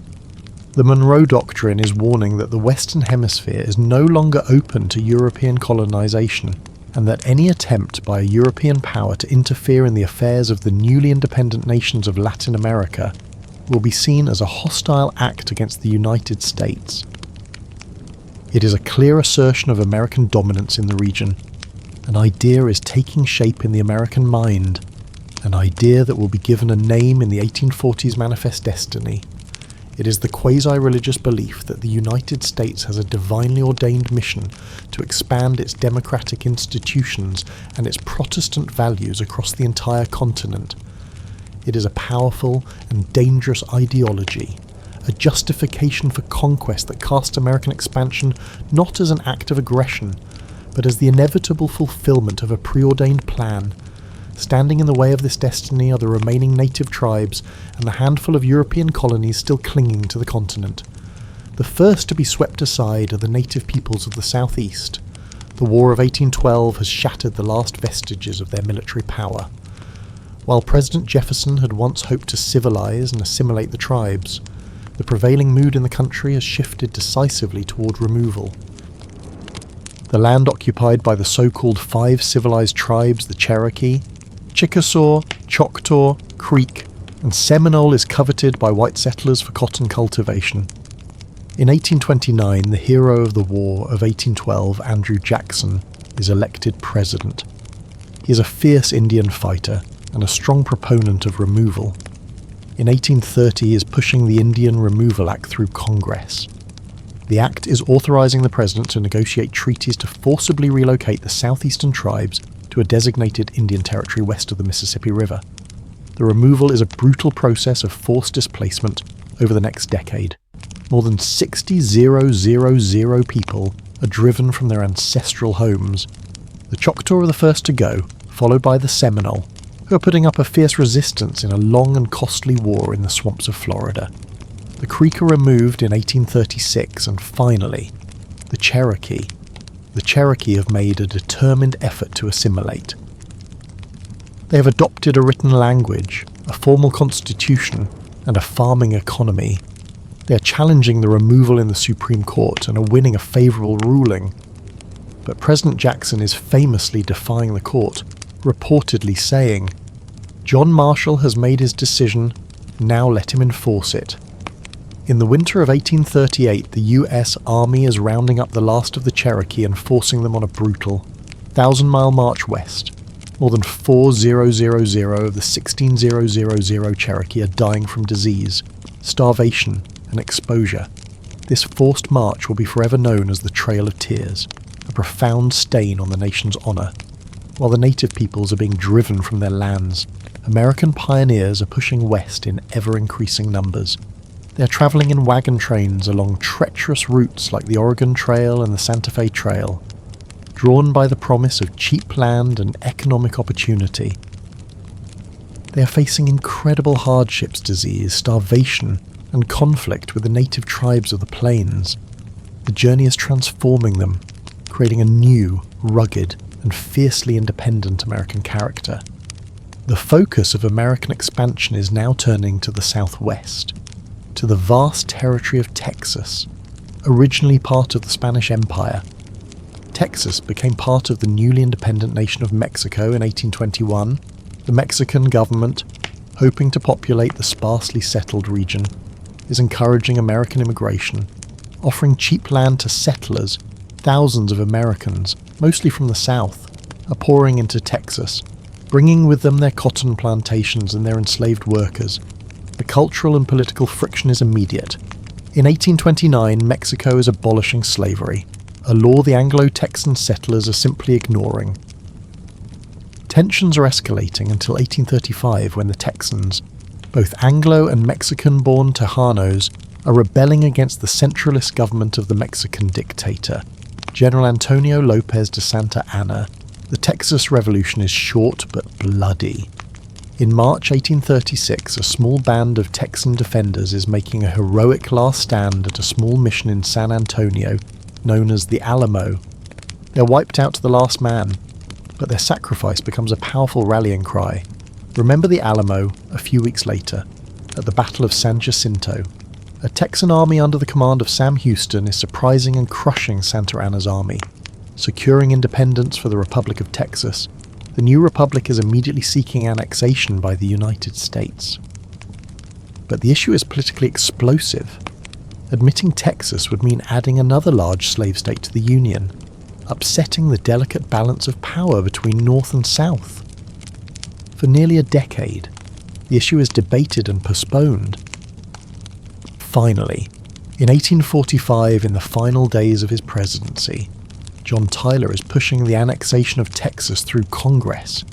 The act is a fulfillment of manifest destiny, but it is also an act of aggression that will lead directly to war with Mexico and will push the United States one step closer to its own civil war.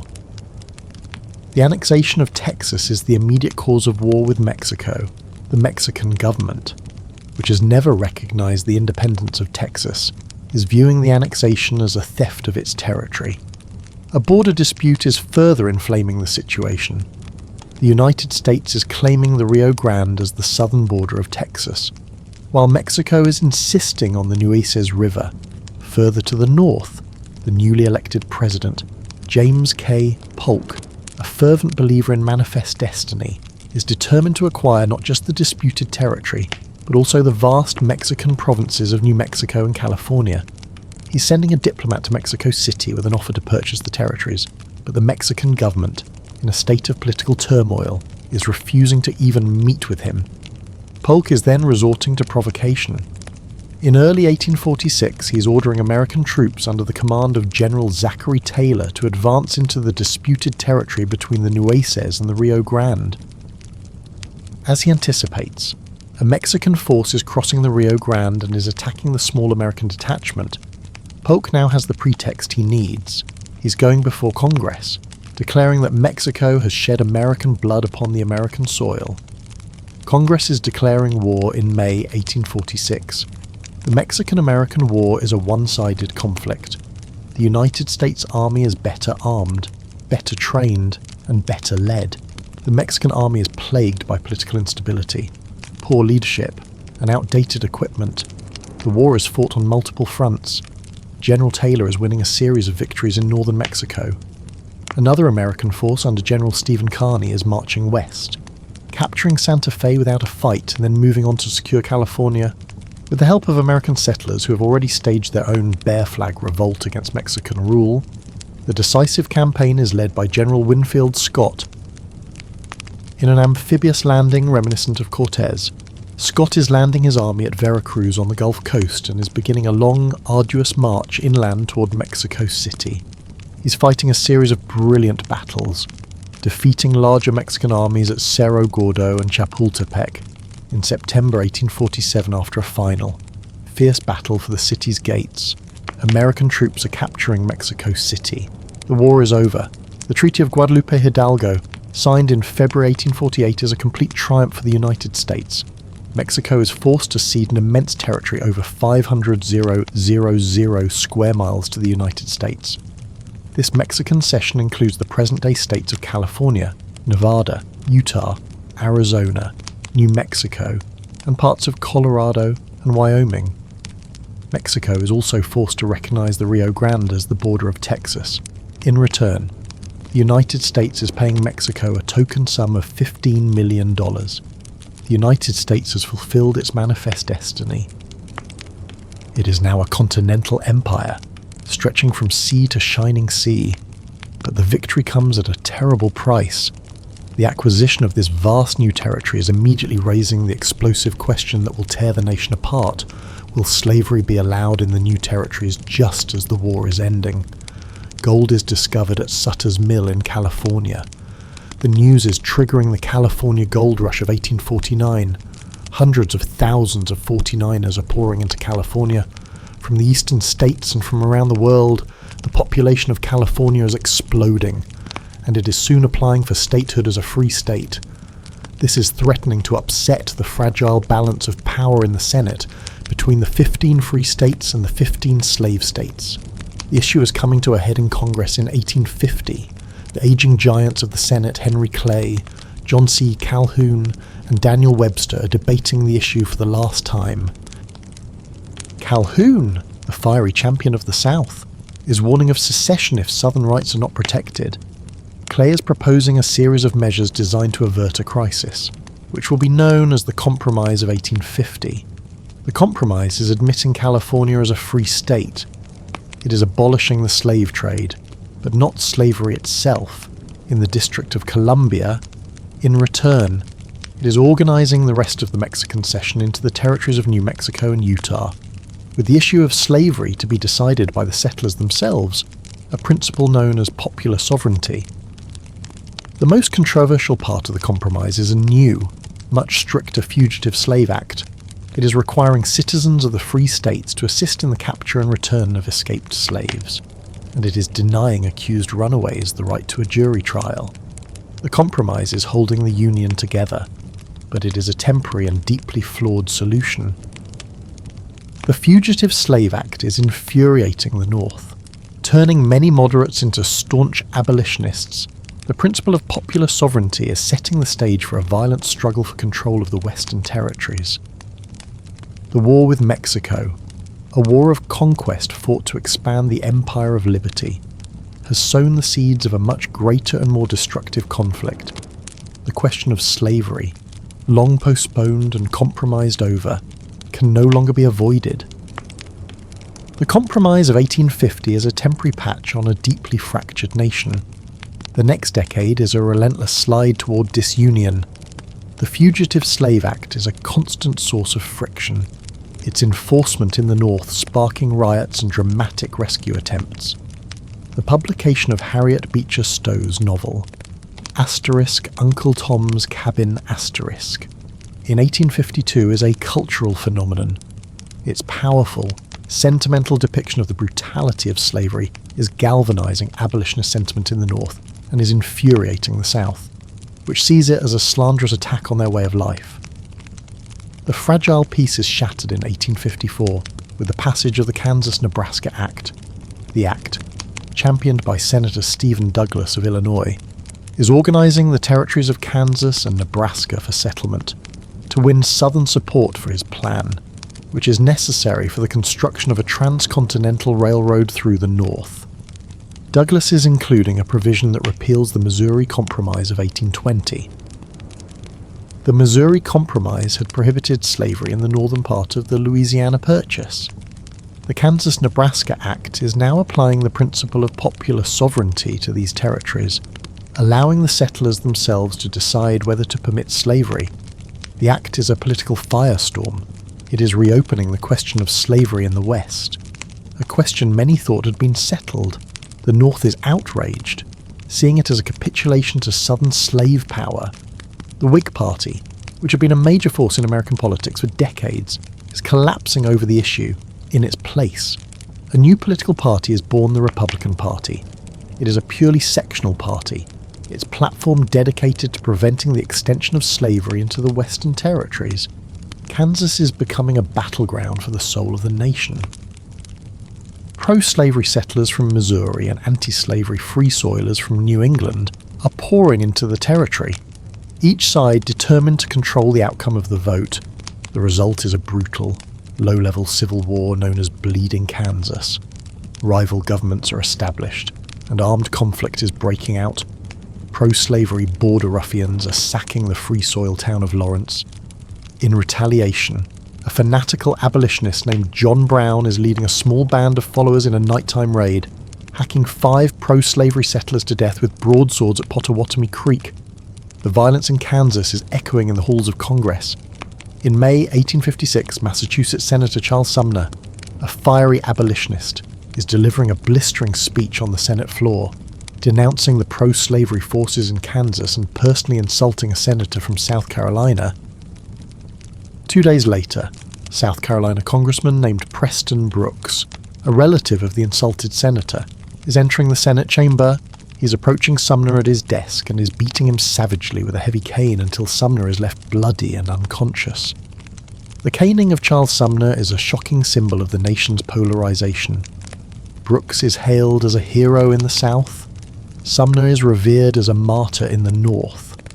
In 1857, the Supreme Court is weighing in on the issue with its infamous Dred Scott decision. Dred Scott was an enslaved man who'd been taken by his owner from the slave state of Missouri into the free state of Illinois and the free territory of Wisconsin. He is suing for his freedom, arguing that his residence on free soil has made him free. The court, led by Chief Justice Roger B. Taney, is delivering a devastating ruling.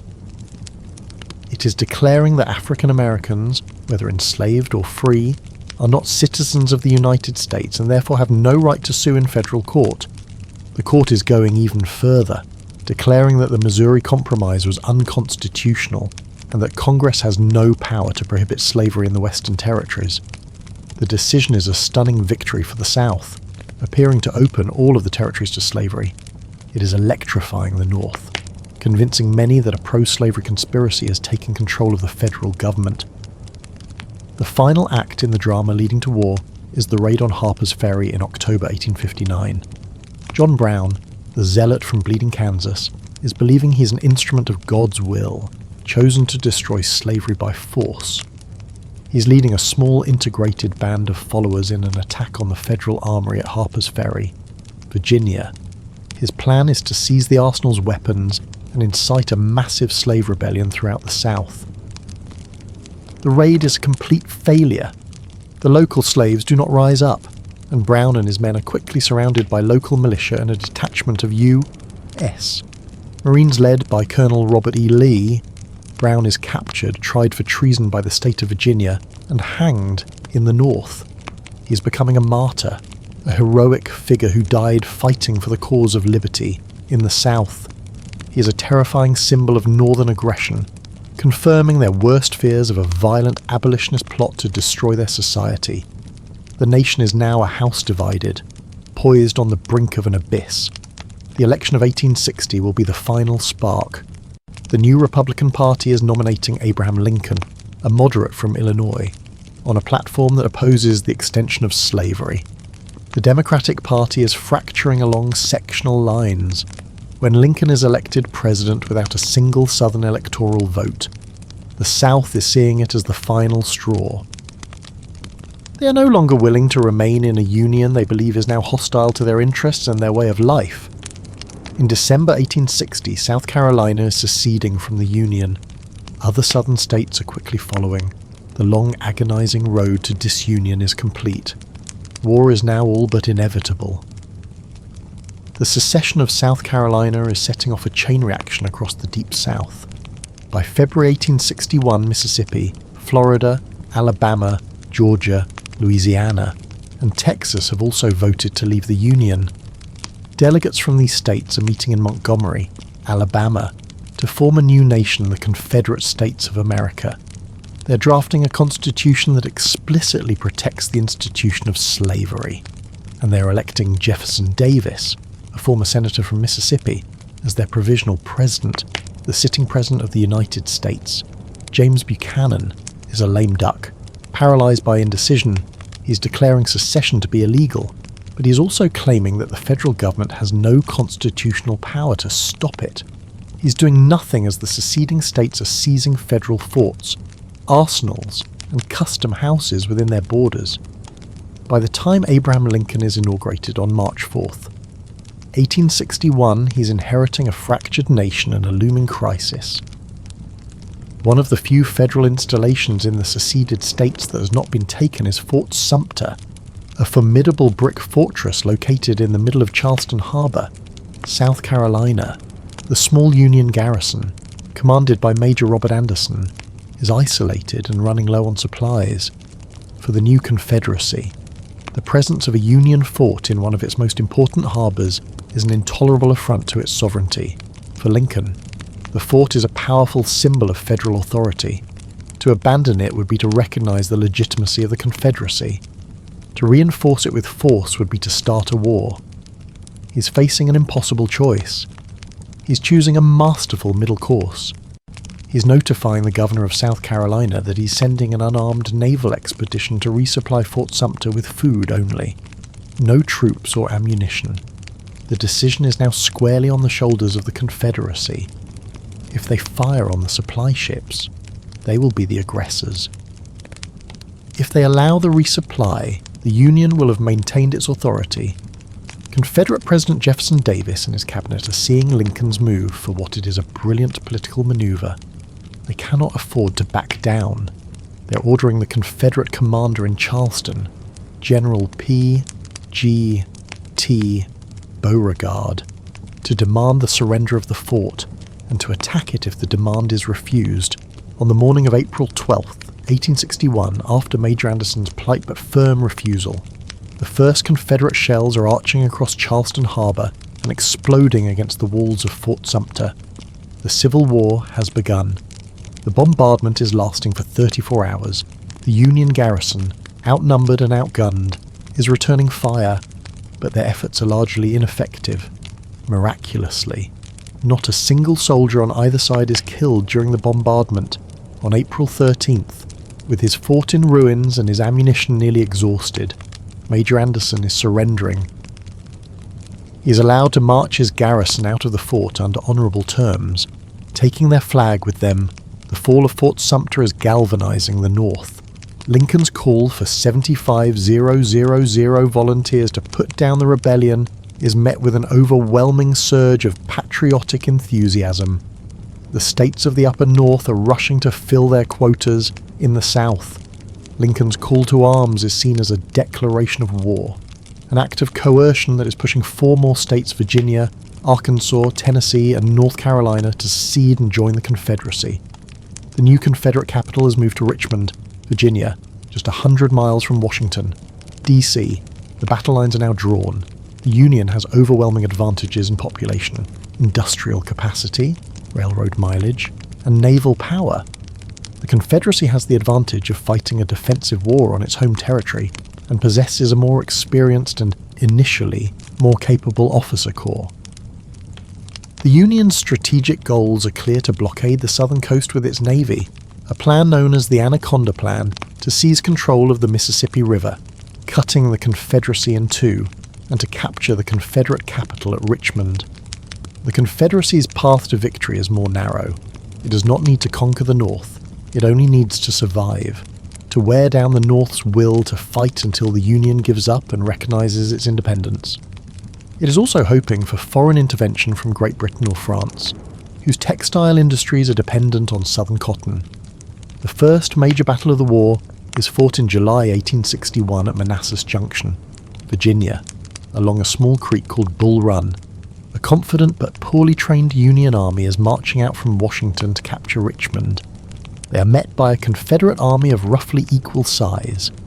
The battle is a chaotic, bloody affair. For a time, the Union seems to be winning, but the Confederate lines are holding firm, inspired by the stand of a Virginia brigade led by General Thomas J. Jackson, who earns his famous nickname, Stonewall. The arrival of Confederate reinforcements by train is turning the tide. The Union army is breaking in a panicked retreat, a disorderly mob of soldiers and civilian spectators fleeing back to Washington. The Battle of Bull Run is a sobering shock for the North. It is dispelling any illusion that this will be a short, glorious war.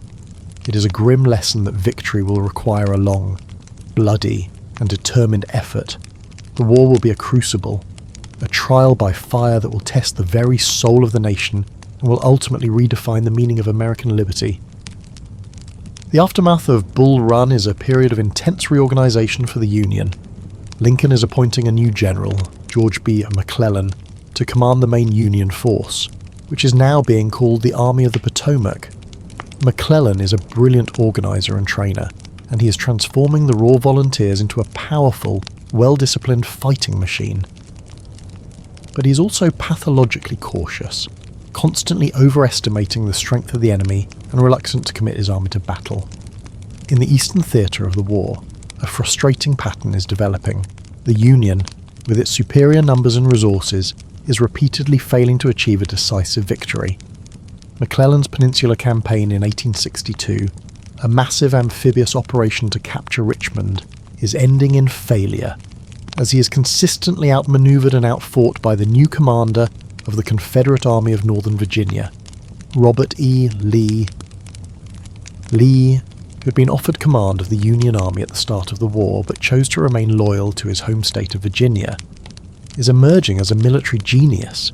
He is audacious, brilliant at strategy, and beloved by his men, with his trusted subordinate, Stonewall Jackson. He's leading the smaller, more mobile Confederate Army to a series of stunning victories, including the Second Battle of Bull Run in the Western Theater. However, a very different story is unfolding. A little-known Union general named Ulysses S. Grant is achieving a series of crucial victories. Grant is a stark contrast to McClellan. He's unassuming, often dishevelled, but he possesses a relentless, bulldog-like determination. His strategy is simple. Find out where your enemy is, get at him as soon as you can, strike him as hard as you can, and keep moving on. In early 1862, he is capturing Fort Henry and Fort Donelson in Tennessee, opening up the Tennessee and Cumberland rivers to Union gunboats. His victory at the bloody, two-day Battle of Shiloh is securing Union control of western Tennessee.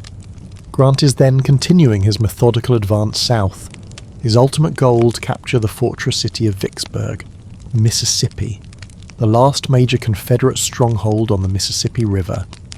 As the war is dragging on, the fundamental question of its purpose is beginning to shift. Initially, the war for the North was a war to preserve the Union, not to end slavery. Lincoln was adamant that he had no constitutional authority to interfere with slavery in the states where it existed. But as the casualties are mounting, the moral and strategic logic of emancipation is becoming undeniable. Enslaved people are flocking to Union Army camps, a contraband of war that is depriving the Confederacy of its labour force. Abolitionists in the North are pressuring Lincoln to make the war a crusade against slavery. And Lincoln is coming to understand that European powers like Great Britain will never intervene on the side of a slaveholding republic. In September 1862, after Lee's first invasion of the North is halted at the bloody Battle of Antietam, the single deadliest day in American history, Lincoln is issuing the preliminary Emancipation Proclamation. It is declaring that on January 1st, 1863, all enslaved people in the states still in rebellion against the United States shall be then, thenceforward, and forever free. The Emancipation Proclamation is a brilliant and transformative act. It is not freeing the slaves in the loyal border states, where Lincoln has no constitutional authority to act, but it is fundamentally changing the nature of the war. It is now a war not just to save the Union, but to create a new Union, a new birth of freedom. It is also authorising the enlistment of black soldiers into the Union Army. Over the next 2 years, nearly 200,000 African American men will serve in the Union Army and Navy, fighting with courage and distinction in units like the 54th Massachusetts Infantry. The summer of 1863 is the high tide of the Confederacy. In the East, General Lee, emboldened by a stunning victory at Chancellorsville, is launching a second invasion of the North, hoping to win a decisive battle on Union soil that will force Lincoln to sue for peace. His army is converging on a small Pennsylvania town called Gettysburg. In the West, Grant's army has Vicksburg under siege. For 47 days, the city is subjected to a relentless bombardment. On July 3rd, 1863 at Gettysburg, Lee is staking everything on a massive frontal assault on the centre of the Union line, an attack known as Pickett's Charge. It is a catastrophic failure. The Confederate troops are marching across a mile of open field into a storm of Union artillery and musket fire. They are slaughtered. The next day, July 4th, Lee is beginning his long, sorrowful retreat back to Virginia. On that same day, hundreds of miles to the south, the starving city of Vicksburg is surrendering to General Grant. The combination of the victory at Gettysburg and the capture of Vicksburg is the turning point of the Civil War. The Union now controls the entire Mississippi River, cutting the Confederacy in two. Lee's army has suffered a blow from which it will never fully recover. The cause of the Confederacy is not yet lost. but its path to victory has vanished. The twin victories at Gettysburg and Vicksburg have irrevocably shifted the momentum of the war in favour of the Union. In March of 1864, Lincoln is finally finding the general he has been searching for. He's promoting Ulysses S. Grant to the rank of Lieutenant General, a rank previously held only by George Washington, and is giving him command of all Union armies. Grant is coming east to personally direct the Army of the Potomac against Robert E. Lee. He's leaving his trusted subordinate, General William Tecumseh Sherman, in command of the Union forces in the West. Grant and Sherman are developing a new, coordinated strategy of total war.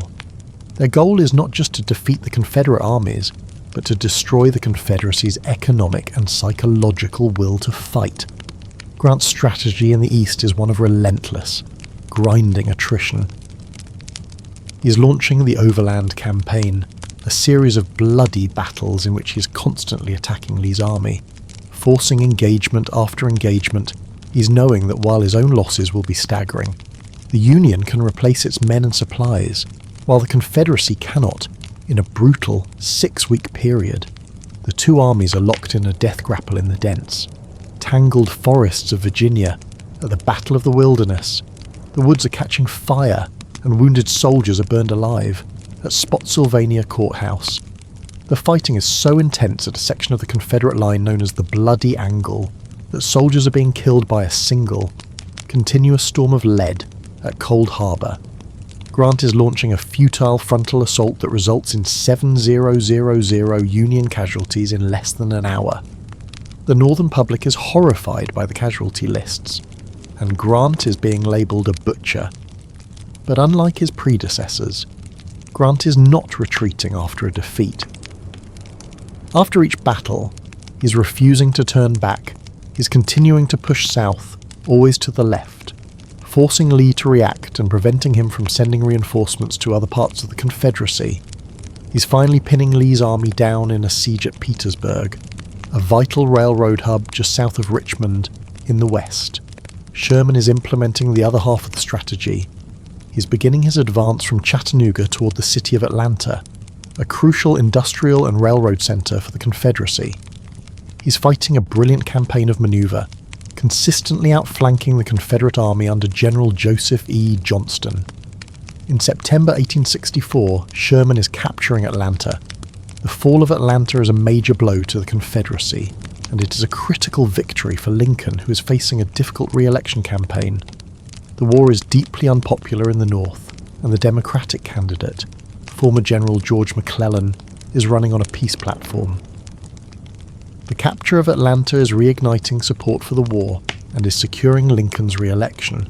With Atlanta taken, Sherman is embarking on his famous March to the Sea. He's cutting his army off from its supply lines and is living off the land, marching 300 miles from Atlanta to the port of Savannah. His army is cutting a 60-mile-wide path of destruction across Georgia. They are destroying anything of military value: railroads, factories, cotton gins, and are confiscating food and livestock. The march is designed to make Georgia howl, to bring the hard hand of war home to the civilian population, and to shatter their will to continue the fight. Sherman is reaching Savannah in December and is presenting the captured city to President Lincoln as a Christmas gift. In the spring of 1865, the Confederacy is collapsing. Lee's army, starving and depleted, is forced to abandon the trenches at Petersburg and Richmond. Grant is pursuing them relentlessly. On April 9th, 1865, at a small village called Appomattox Courthouse, Lee is surrendering his army of Northern Virginia to Grant. The terms of surrender are generous. Grant is allowing the Confederate soldiers to keep their horses and is providing them with food. He is telling his cheering men, "The war is over. The rebels are our countrymen again." A few weeks later, Sherman is accepting the surrender of the remaining Confederate forces in North Carolina. The Civil War, the bloodiest conflict in American history, is finally over. More than 620,000 soldiers have lost their lives. The nation has been saved, but at a terrible cost. Before the final surrenders, Lincoln has successfully guided the 13th Amendment to the Constitution through Congress. The amendment, ratified in December 1865, is officially and permanently abolishing slavery in the United States. In his second inaugural address, delivered just a month before the end of the war, Lincoln is calling for a peace with malice toward none, with charity for all, hoping to bind up the nation's wounds, but he will not live to see it. On the evening of April 14th, 1865, just 5 days after Lee's surrender, Abraham Lincoln is attending a play at Ford's Theatre in Washington. He is shot in the back of the head by John Wilkes Booth, a well-known actor and a fanatical Confederate sympathizer. Lincoln is dying the next morning. The nation, on the verge of celebrating peace, is plunged into mourning. The immense and difficult task of reconstructing the shattered nation and defining the meaning of freedom for 4 million newly emancipated African Americans will now fall to other, less capable hands. The assassination of Abraham Lincoln is a national catastrophe. The task of reuniting the country, a challenge that would have tested even Lincoln's immense political skill and moral authority, is now in the hands of his vice president, Andrew Johnson. Johnson, a former senator from Tennessee, is a Southerner who had remained loyal to the Union. But he's also a staunch white supremacist, deeply hostile to the idea of racial equality. His vision of Reconstruction is lenient and swift. He's wanting to restore the southern states to the Union as quickly as possible. With little regard for the rights of the newly freed African Americans, he is granting amnesty to most former Confederates and is allowing the old Southern elite to quickly regain power. The new Southern state governments, controlled by former Confederates, are passing a series of laws known as Black Codes. These are designed to control the black population and to replicate the conditions of slavery as closely as possible. They are restricting the movement of freedmen, are requiring them to sign yearly labour contracts, and are preventing them from owning land or bearing arms. The radical Republicans in Congress are horrified. They are seeing Johnson's policies as a betrayal of the war's purpose. Led by figures like Thaddeus Stevens and Charles Sumner, they're believing that the federal government has a moral obligation to protect the rights of the freedmen and to fundamentally restructure Southern society. They're refusing to seat the newly elected Southern congressmen and are taking control of the Reconstruction process. A bitter political battle is erupting between President Johnson and the Republican-controlled Congress. Congress is passing a series of landmark bills over Johnson's veto. The Freedmen's Bureau is being expanded to provide food, education, and legal assistance to former slaves. The Civil Rights Act of 1866 is declaring that all persons born in the United States are citizens, regardless of race. To ensure these rights cannot be overturned by a future court or Congress, they're enshrined in the Constitution itself. Over the next 5 years, 2 more constitutional amendments are passed. The 14th Amendment, ratified in 1868, is one of the most important in American history. It is granting citizenship to all persons born or naturalized in the United States, including former slaves. It is guaranteeing all citizens equal protection of the laws. The 15th Amendment, ratified in 1870, is declaring that the right to vote cannot be denied on account of race, colour, or previous condition of servitude. These 3 Reconstruction amendments are a revolutionary redefinition of American citizenship and liberty. To enforce these new laws, Congress is passing the Reconstruction Acts of 1867. The South is divided into 5 military districts, each governed by a Union general. The Southern states are required to ratify the 14th Amendment and to guarantee voting rights for black men in their new state constitutions before they can be readmitted to the Union. For a brief, hopeful period, a new political order is taking shape in the South. African Americans are voting and holding office for the first time. They're serving in state legislatures and in the US Congress. Public school systems are being established for both black and white children. But this progress is met with a vicious and violent backlash from white Southerners, secret terrorist organizations, most notably the Ku Klux Klan, are springing up across the South. The KKK is using intimidation, violence, and murder to terrorize black citizens and their white Republican allies, to suppress the black vote, and to restore white supremacy. In 1868, the hero of the Civil War, Ulysses S. Grant is elected president. He is a supporter of radical Reconstruction and is using the power of the federal government to crush the Klan. He's creating the Department of Justice and is pushing the enforcement acts through Congress, which are making it a federal crime to interfere with a citizen's right to vote. The use of federal troops is largely successful in suppressing the Klan's first wave of terror. But Grant's presidency is also plagued by a series of corruption scandals, which are damaging the Republican Party and are eroding public support for Reconstruction in the North. By the mid-1870s, the North is growing weary of the Southern question. The nation is facing a severe economic depression, and the focus is shifting from civil rights to economic recovery. A new generation of Republicans is emerging, less committed to the idealistic goals of their predecessors.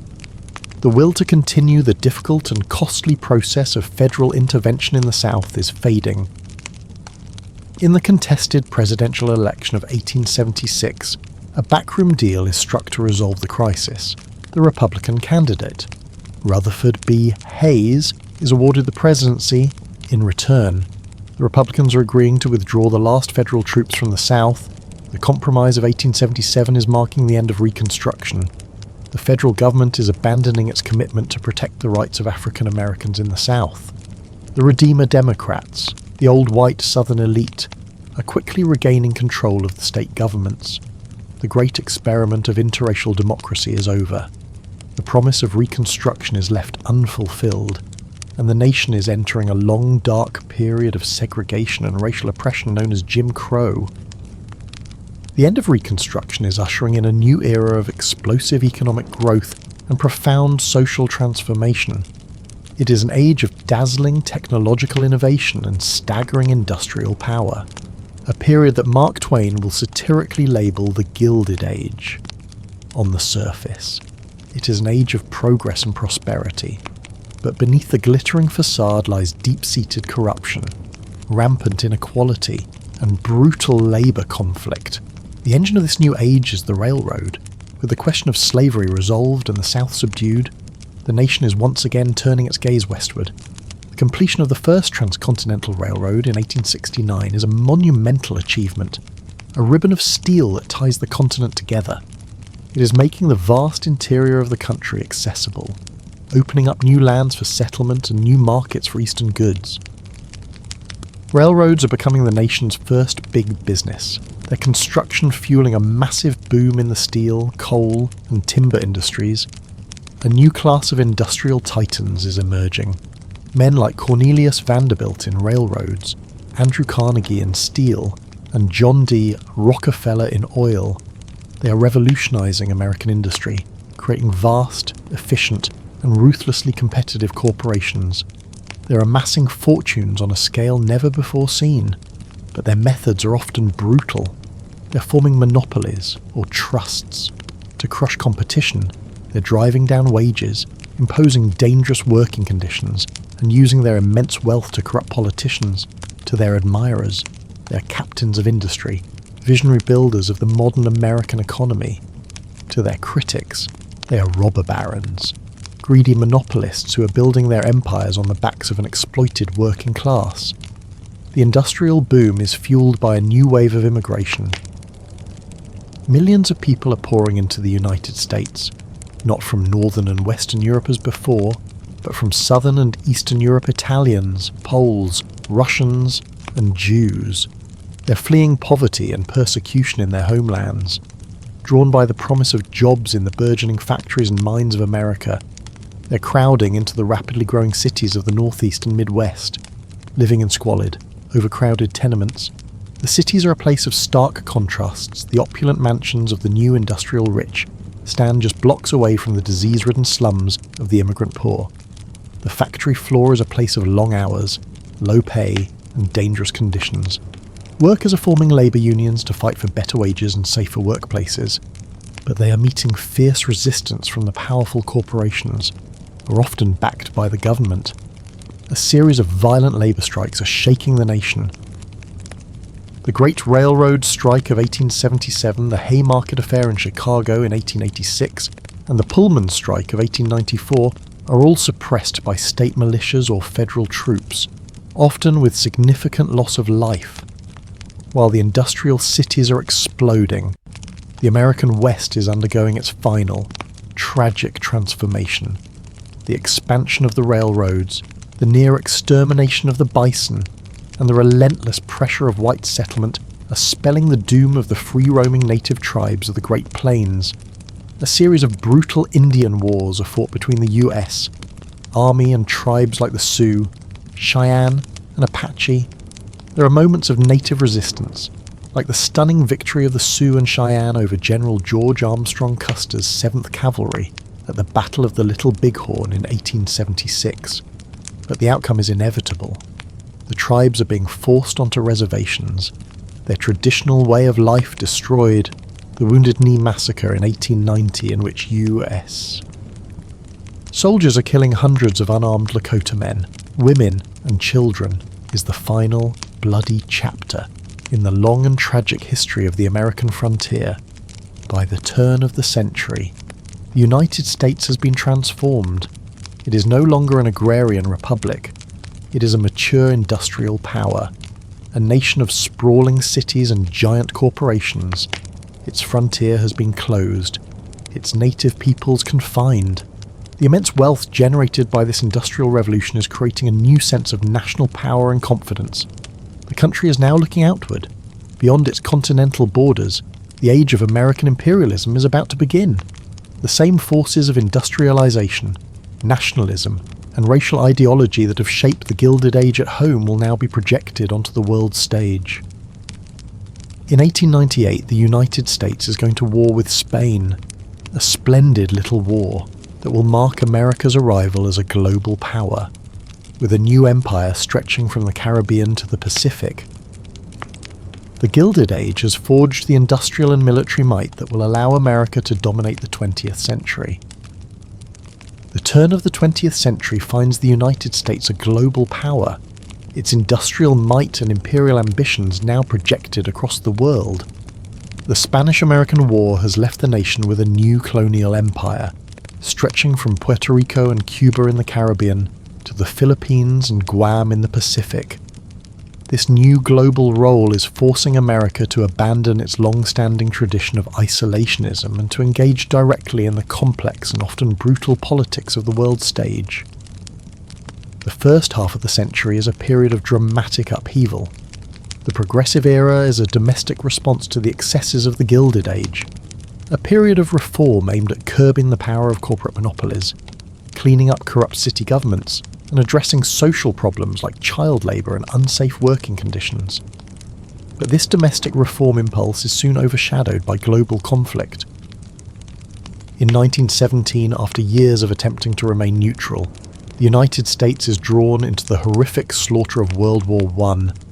The intervention of American troops is helping to tip the balance in favour of the Allies, and President Woodrow Wilson is attempting to shape the post-war world with his idealistic 14 points and the creation of a League of Nations. But the US Senate is rejecting the treaty, and the nation is retreating back into a period of disillusioned isolationism. The Roaring Twenties are a decade of cultural conflict and economic boom, a time of jazz, flappers and prohibition, all fueled by a speculative bubble of credit and overconfidence. The bubble is bursting spectacularly in the stock market crash of 1929, plunging the nation and the world into the Great Depression, the most severe economic crisis in modern history.